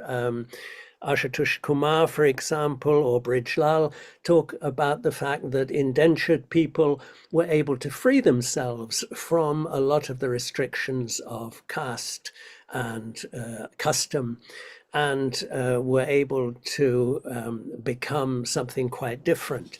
And indeed, of course, everybody knows that a lot of the people, Indo-Caribbean people, are at the very top of their chosen profession, whether it's academia, whether it's business, whether it's politics, whatever it is. So looking at these books, let's begin with Jahajin, Peggy Mohan's book. And she sees the Kalapani crossing as a metaphor for her own life as well. Her central character is, like herself, a Trinidadian linguist, and she's investigating the Bhojpuri language. And she transcribes old women's stories of the voyage from India, and estate labor, and then the movement into the middle class. And so she sees her own life and the connection with her family and so on in those terms, and how she feels pressures on her from her family to continue her journey, moving on up to achieve the highest level possible. And when she returns to India, this closes a circle, and also is the end of that particular journey. It's a wonderful book. I can recommend it very highly. The next one I'd like to just mention is Rehan Shah's Weaving Water. She was on a couple of weeks ago. And this is a brilliant book again. It begins with the birth of a baby called Neela during a storm where the Indian Ocean meets the Atlantic. So we get the two oceans together. And she's adopted by, this girl is adopted by an Indian couple, Rampat and Parvati. And Bila, their Jahaji Bai, the one who comes on the ship with them, believes that she is a goddess. She is a Devi. She spends a lot of time combing her long hair, singing, and disappearing into water every night. So we get this idea of the siren. The family rise from estate work to the middle class, and it becomes a history of modern Guyana, leading to the great conflict between the Afro-Guyanese and Indo-Guyanese. We talked about Wismar the other week, and this is involved here. And Neela's role becomes that of a Devi, a goddess for the Indians, but also of a Mamiwata. The Mamiwata figure is a goddess figure for the African community. And so she is able to bridge this gulf. But the work of reconciliation is as difficult as weaving water. And of course, if you're weaving, you're using text or textile. So the whole idea of the book is also weaving water, weaving reconciliation, if you like. Then Gayatri Bahadur's wonderful book, Coolie Woman, which is a mixture of fact and fiction, the story of women in indenture, interweaving the two. But again, there are dangers in this process if we base other ideas on the fiction rather than the fact. And I felt that was perhaps the case with Celeste Mohammed's book, Ever Since We Small, a lovely book, but perhaps basing too much on the fiction rather than the fact. It is a reassessment from a feminist perspective, very important, and it's also an investigation of domestic violence, which is a theme which is very central in the Caribbean for a long time, swept under the carpet, but is being particularly dealt with by the writers. Ingrid Persaud, for example, in Love After Love. And here this fits in wonderfully with Keith's presentation, because she deals with these themes not only of ethnic prejudice and domestic violence, but also of Kali worship, of trance, of the funerary factors, and whether, you know, the whole question of burning the corpse, and as well is wonderful on Indo-Caribbean recipes. But I'd like to have a look at her later book, the last one, The Lost Love Songs of Boise Singh. He was a gangster and murderer in Trinidad who was executed in 1957. There is a book published by People Tree by Derek Bickerton called The Murders of Boise Singh. This gives the facts, and Persaud keeps to the facts. Boise Singh manipulated and used women. And three of the narrators of this book, she uses 4 narrators, and they are all women. 3 of the narrators are historical figures.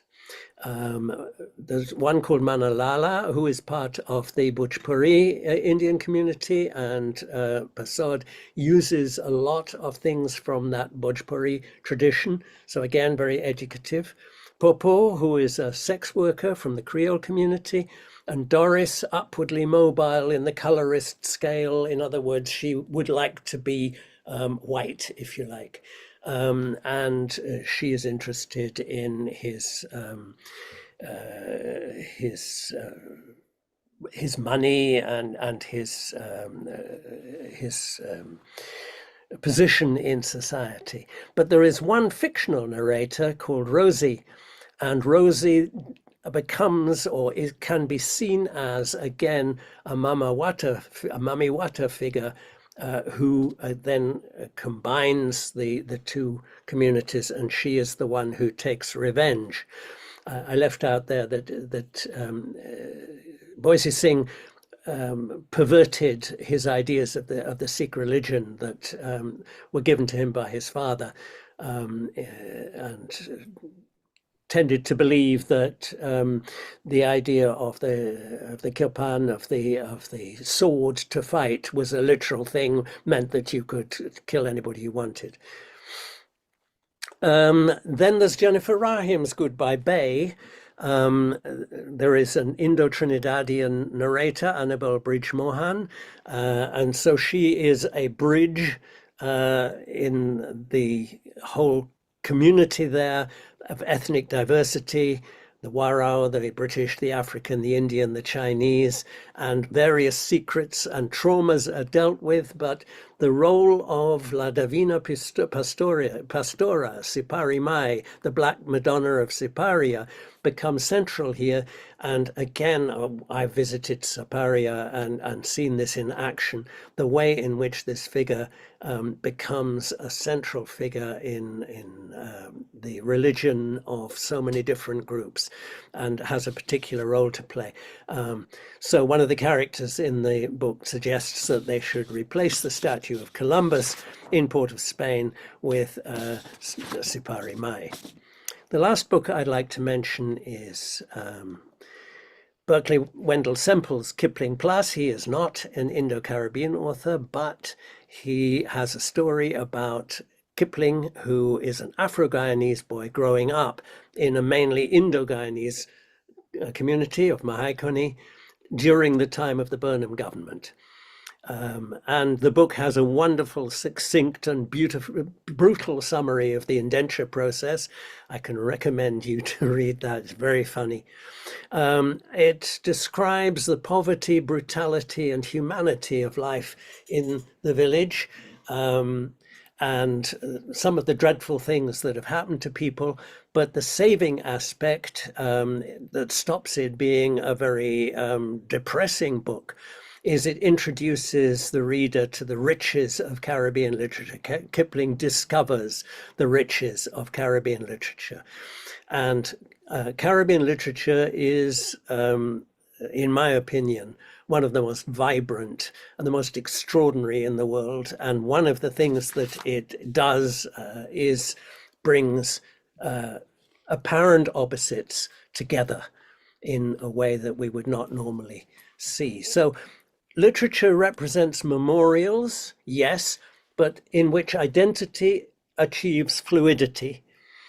And the books face the future as well as the past. They are memorials, but they are also looking into the future and the present, of course. They use imagination and empathy rather than what is now being called post-memory, which can be atavistic, the idea that, you automatically share the memories of former generations. But you do share them through imagination and empathy, and that is conveyed through literature. It means that all of these ideas are open to the whole English-speaking world, which is really quite a lot now. English has become the lingua franca of the whole world. And it may avoid the dangers of what my friend Wilson Harris called self-righteous polarization. There's always a danger of that in an in-group. It's always very important to share identity, to take pride in identity, but it shouldn't become self-righteous polarization, in my opinion. And perhaps it's easier then for a non-Indian or non-African looking at these things to try and see the ways in which writers have avoided that pitfall. Thank you very much. That's all I wanted to say. I have overrun a bit, but there's still time for a couple of questions, I expect. Dr. Mitchell, thank you very much. Quite an extraordinary presentation. And I have to say, you've grounded it in your own history, and you brought India and England together, which we really appreciate. We're also very, very grateful that you were able to clarify the origin of indentureship and as well that term, Gurmitia, for us. So thank you for that. Your overview of the literary work on Indian indentureship is really noteworthy, such that I think we no longer have to consider a panel on that. It was excellent. Thank you very much. Thank I you. just have one question for you, and that is, what is the interest in Indian indentureship in Germany? A lot of interest if you introduce it, but nobody knew very much about it before. But then nobody did very much on the Caribbean before. It's not something that is automatically studied. So we're pushing forward with that. There are universities where it's being done, and we're always very grateful for ideas and for help with that. And again, what I was saying before about David Aberdeen, it was his wonderful idea to introduce the students to the writers. He said during COVID, we can't go anywhere.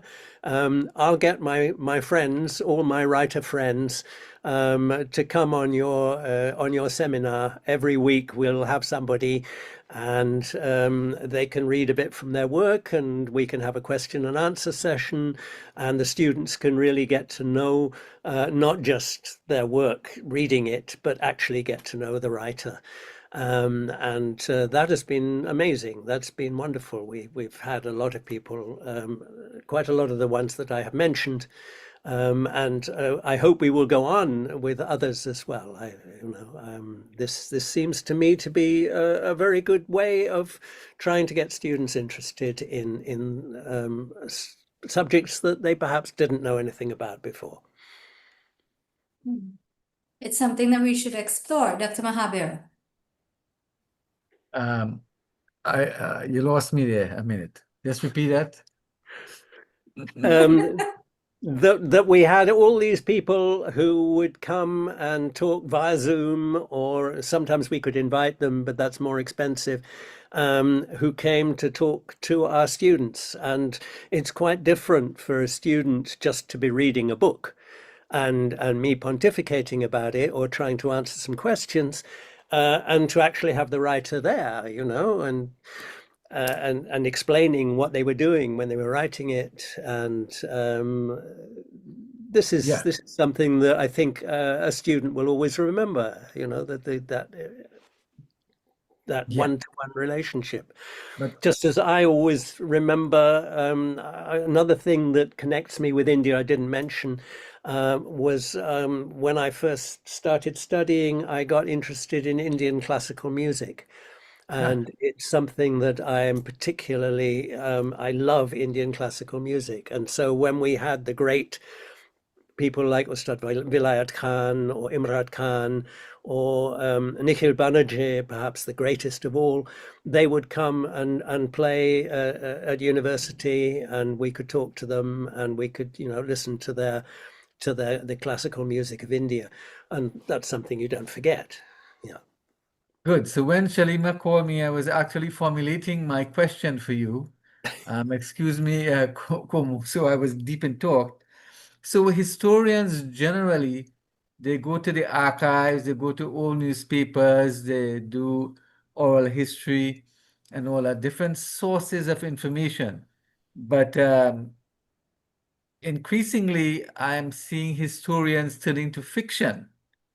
Can that be a legitimate source of data for historians? Because it's all in imagination, it didn't really happen, but sometimes it's based on fact, or it I think fills the gap. What's that connection between that relationship between the historian looking at historical literature, historical fiction, and can that be legitimately used in their papers and research?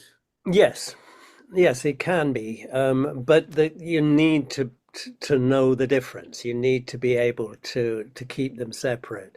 And the same with writers, who are writing a historical.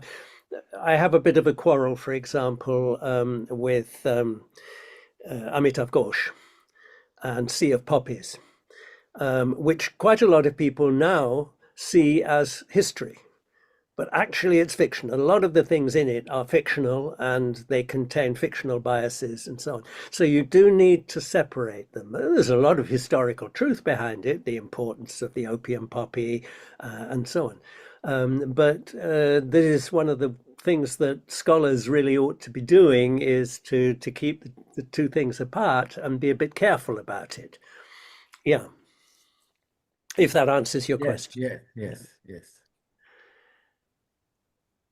Terrific. Thank you. Actually, I'm glad you raised Amitav Ghosh, because it was a question I also wanted to raise with Dr. Tunbridge as to whether it's authentic and to what extent it's reliable. Thank you for that. Kumu has her hand up. Kumu, go ahead with your question, please. You need to unmute. Yeah, 1 second. Yeah, it takes a bit to unmute. No, I just want to make two quick comments. One is that it's good to see the mention of Bhojpuri because that's my grandfather's language. So we grew up listening to it. It's a very sweet language.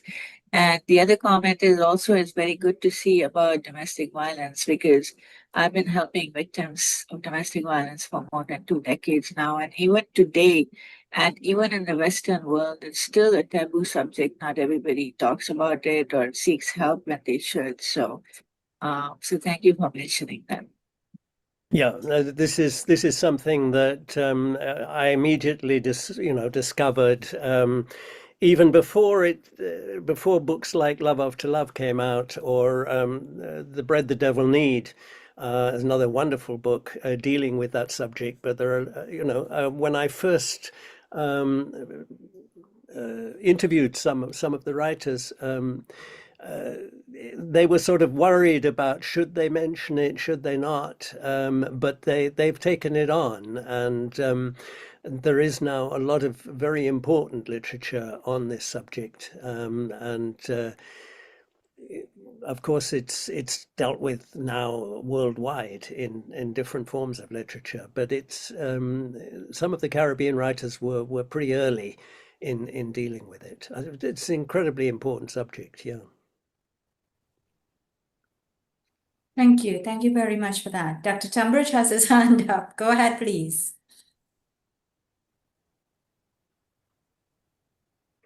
Hi, yeah, Mike. just coming back. Just coming back about your comment about Amitav Ghosh and Sea of Poppies. And Michael is quite correct. It is fictional. There's two other. It's part of a trilogy, right? The Ibis trilogy. Yep. And it is fictional, but there, Amitav Ghosh recently released Smoke and Ashes, right? Now Amitav Ghosh, Smoke and Ashes. I think that came out within the last 2023. It came out, which is all of the history that he used to write the trilogy. He then took that and wrote Smoke and Ashes. So if you want a much more kind of straight down the line take of historical background on opium, that's a good place to start. Worth reading. Yeah, this may be what Chan Gupta has put in the chat. She mentions a separate book where he relates his journeys while digging into the opium trade and Indian indenture system. So that's probably the one you're talking about. Thank you. Thank you very much for that. Dr. Shahrinand, go ahead, please. Yeah, good evening. Namaste, salam alaikum. You can put on your video. Baba, you can put on your video if you wish. It is too hot and I am in, maybe you can see me in my Adam's but I do my best. No problem. It is too hot here, tropical, more than tropical. Excuse me, I'm going to try. Oh. But okay, thank you very much. I have to make some remarks, but it is a wonderful, I can tell you, it is a wonderful presentation by Dr. Micheli from German.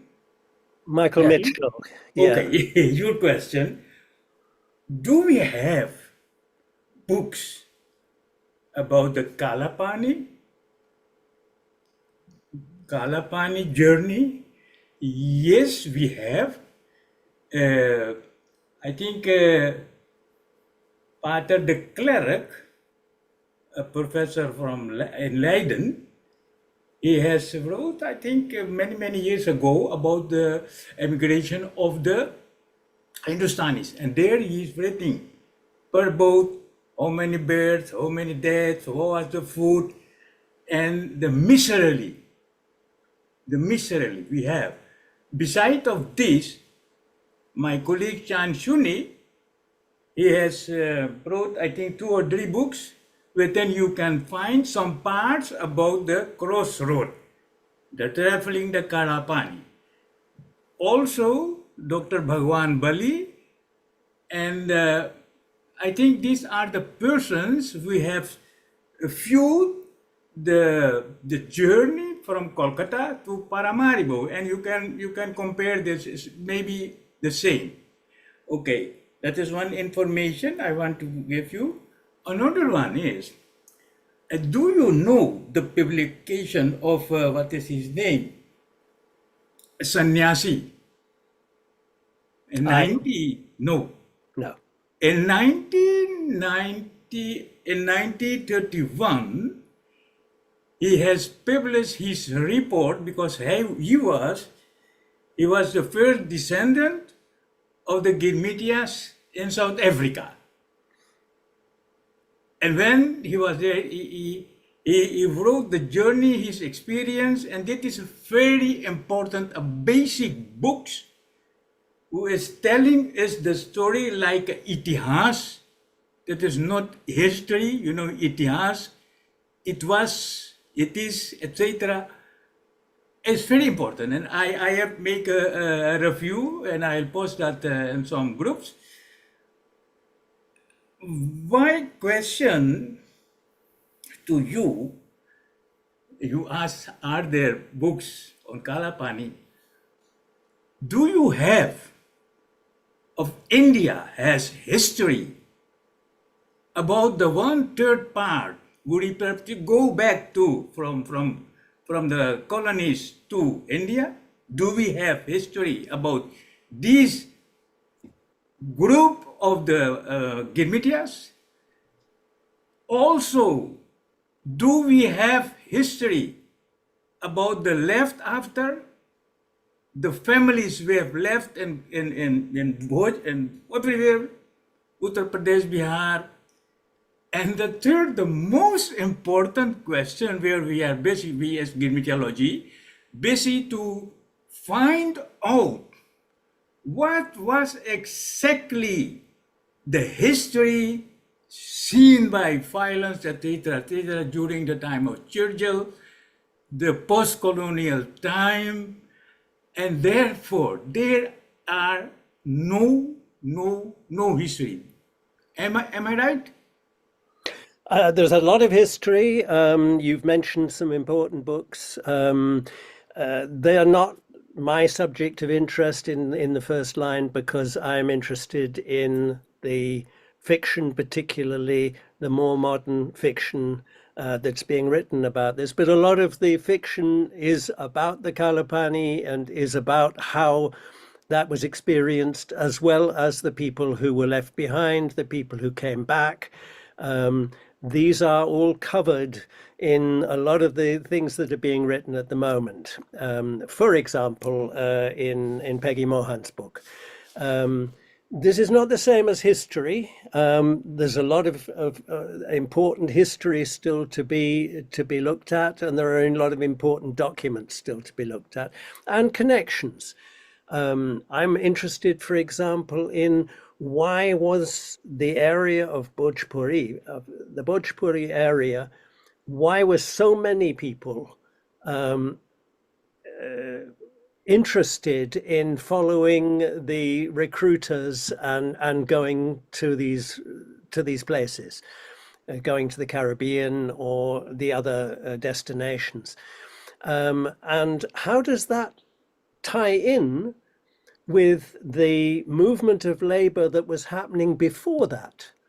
Because there was a lot of history of movement of labor in those areas in Bihar, and, for example, of recruiting not for the colonies, but recruiting into the army of the East India Company.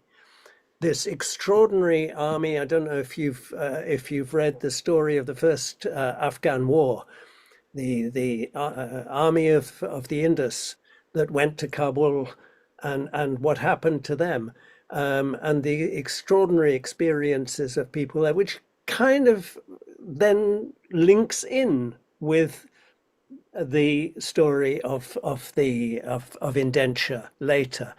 The same sort of people were being involved in both cases and ended up often in brutal and dreadful circumstances. So these are things that I'm interested in, but I'm particularly interested in their treatment in fiction.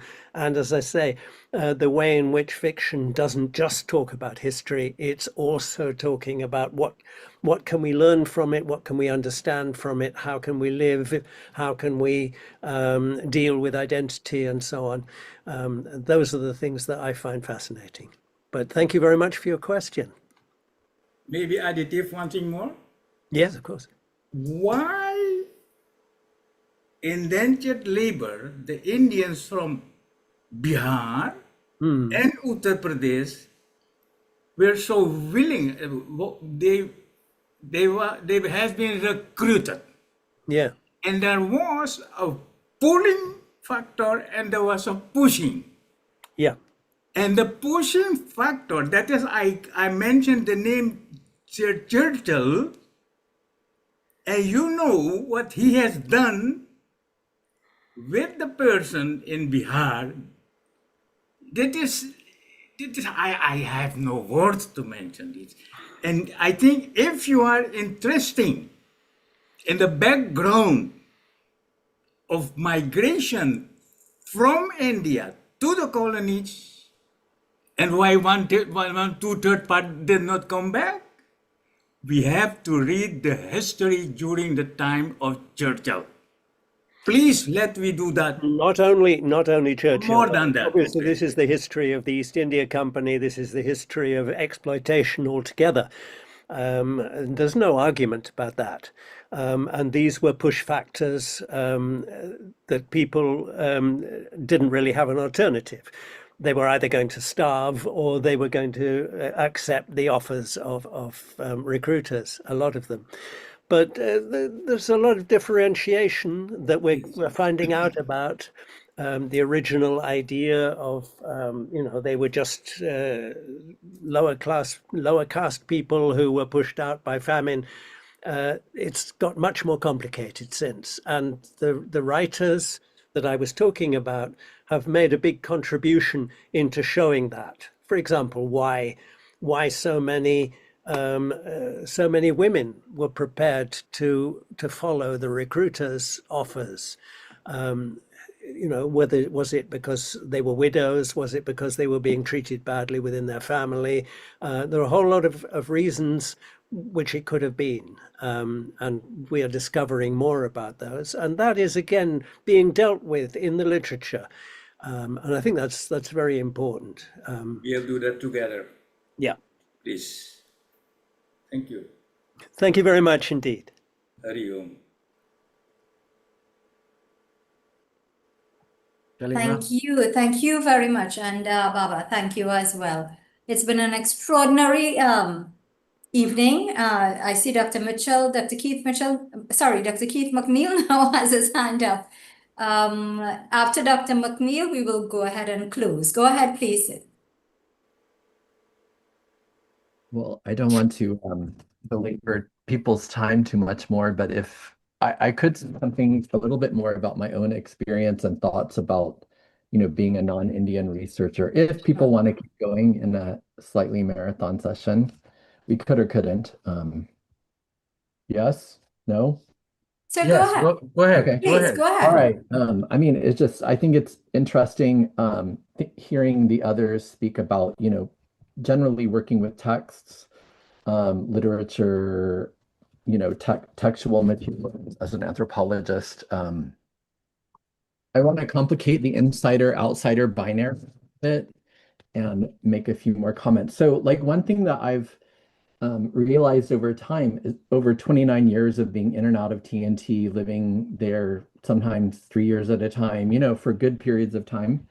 Over the period of time, my personal and my professional lives have kind of converged in interesting ways. I started saying a while ago that TNT was my second home, but then at some point I realized I don't actually have a first home because I'm an academic nomad and I've lived in TNT longer than I've lived anywhere else, actually, any of my academic appointments. That's one thing.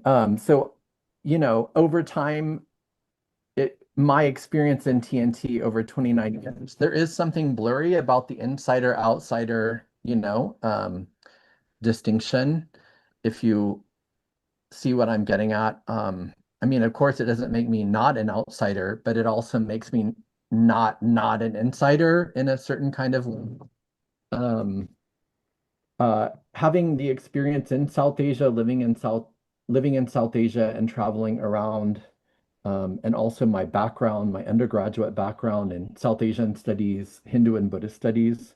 It also kind of differentially positioned my work on African and Hindu traditions of trance performance and spirit mediumship in ways that I think really propelled my Indo-Caribbeanist work, just kind of made it more deeper and more sophisticated, and it evolved more quickly. I actually, Bodh Gaya is in Bihar, which, as we all know here, the majority of indentured folks who came from South Asia to the Caribbean were predominantly from the Bhojpuri region, Bihar, Eastern Uttar Pradesh. So there's an interesting kind of like personal existential connection having been in Bihar, and then and at that time, the Caribbean wasn't on my radar screen at all. Um, but I wanted to say in that regard as well, because I have such a deep orientation to South Asian history and culture and South Asian studies, Hindu and Buddhist studies, I think there's a way in which that influences my work. Like it brings, of course, I'm not a South Asian, but the fact that I'm so deeply steeped in South Asian studies, it's a different kind of outsider perspective I bring to Indo-Caribbeanist work, right? Because race and culture are not commensurate. Being an Indo-Caribbean doesn't mean that you necessarily know everything about South Asian history, right? So in that regard, I think there's a kind of lateral, kind of different outsider perspective that I bring, that kind of triangulates between those outsider overlapping with insider perspectives. And then two other things really quickly. The other thing is that, over time I've realized that, being in the see, I used to call it being in the field, but it's not the field anymore. It's my second home, right? And even when I'm not there, I think most of my WhatsApp conversations, most of my digital communications are with friends and colleagues, especially in Trinidad, but in the Caribbean. So I'm kind of like there even when I'm not there, right? But over time, there's so many aspects to our super complicated identities, right? So it's been really over time and gradually that of course, I would have said, oh, being a white American working, of course, that would affect how I see things and how I process information and the kind of perspectives I bring. But it's really only over time, and I mean many years, that I've come to more deeply um, recognize and appreciate and problematize my own positionality as a non-Indian, as a cisgender man, as a white person, as an American, as a middle class, all of these kinds of privileges and forms of my identity. Over time, I've realized how much they, really do position my interactions and my engagement and, what I can and can't do.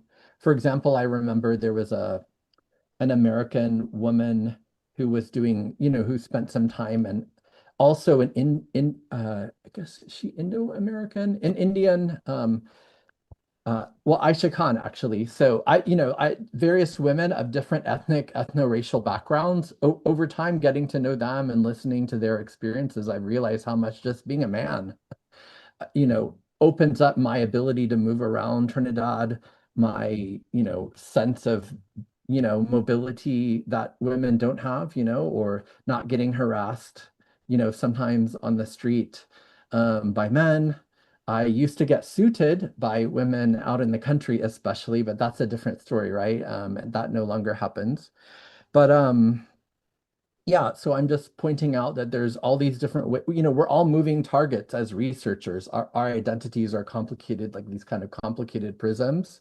And recently, I even have a paper being reviewed and for the New West Indian Guide, in which I am, for the first time, explicitly thinking about questions of societal scale, so coming from the US where it's just ginormous, and the population, the geography, just so huge, and all of the sort of default ways of thinking about what a society is, and just scale is what I'm talking about.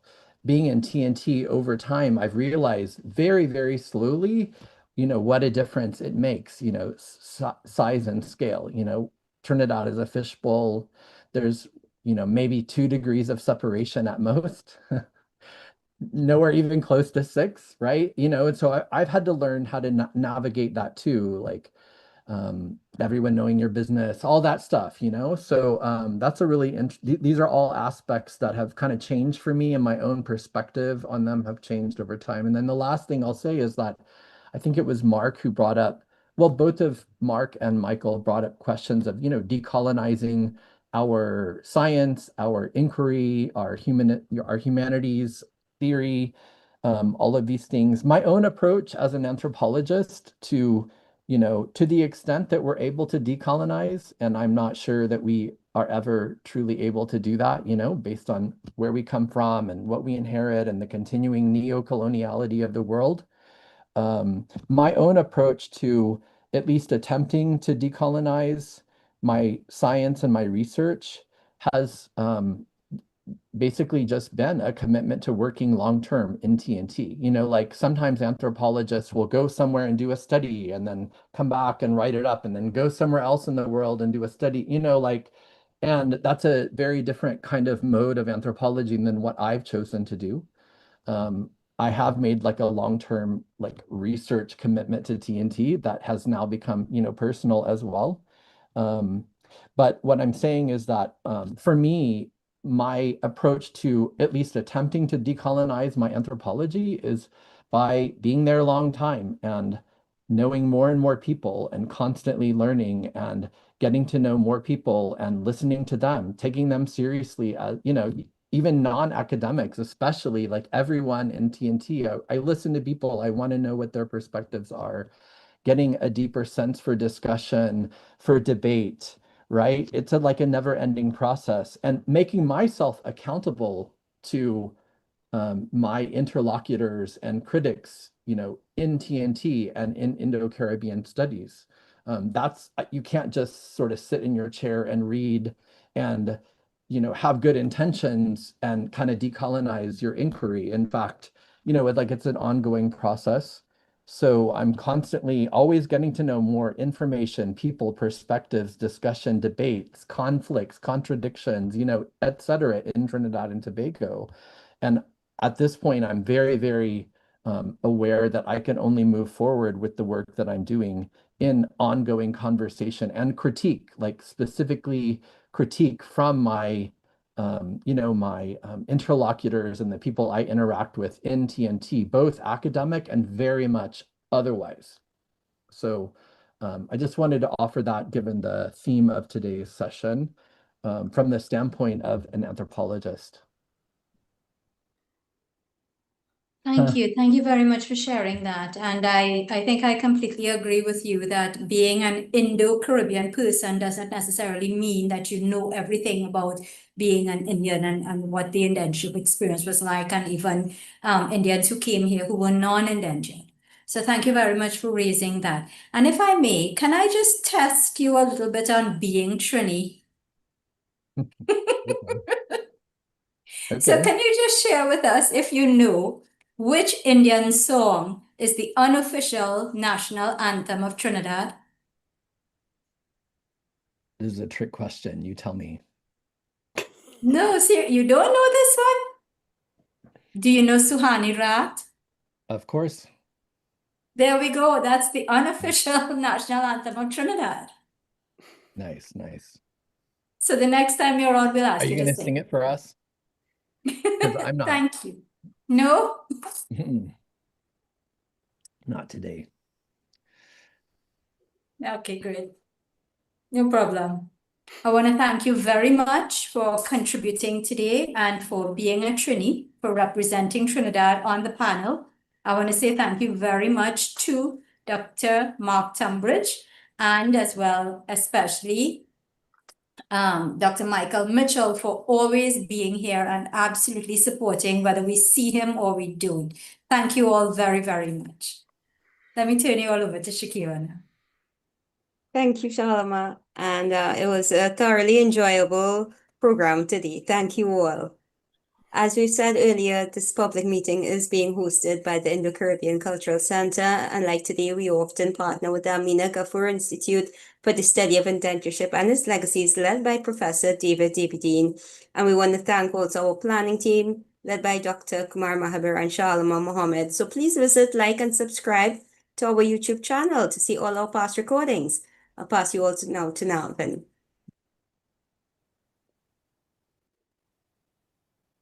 Navin, the billboard. Okay.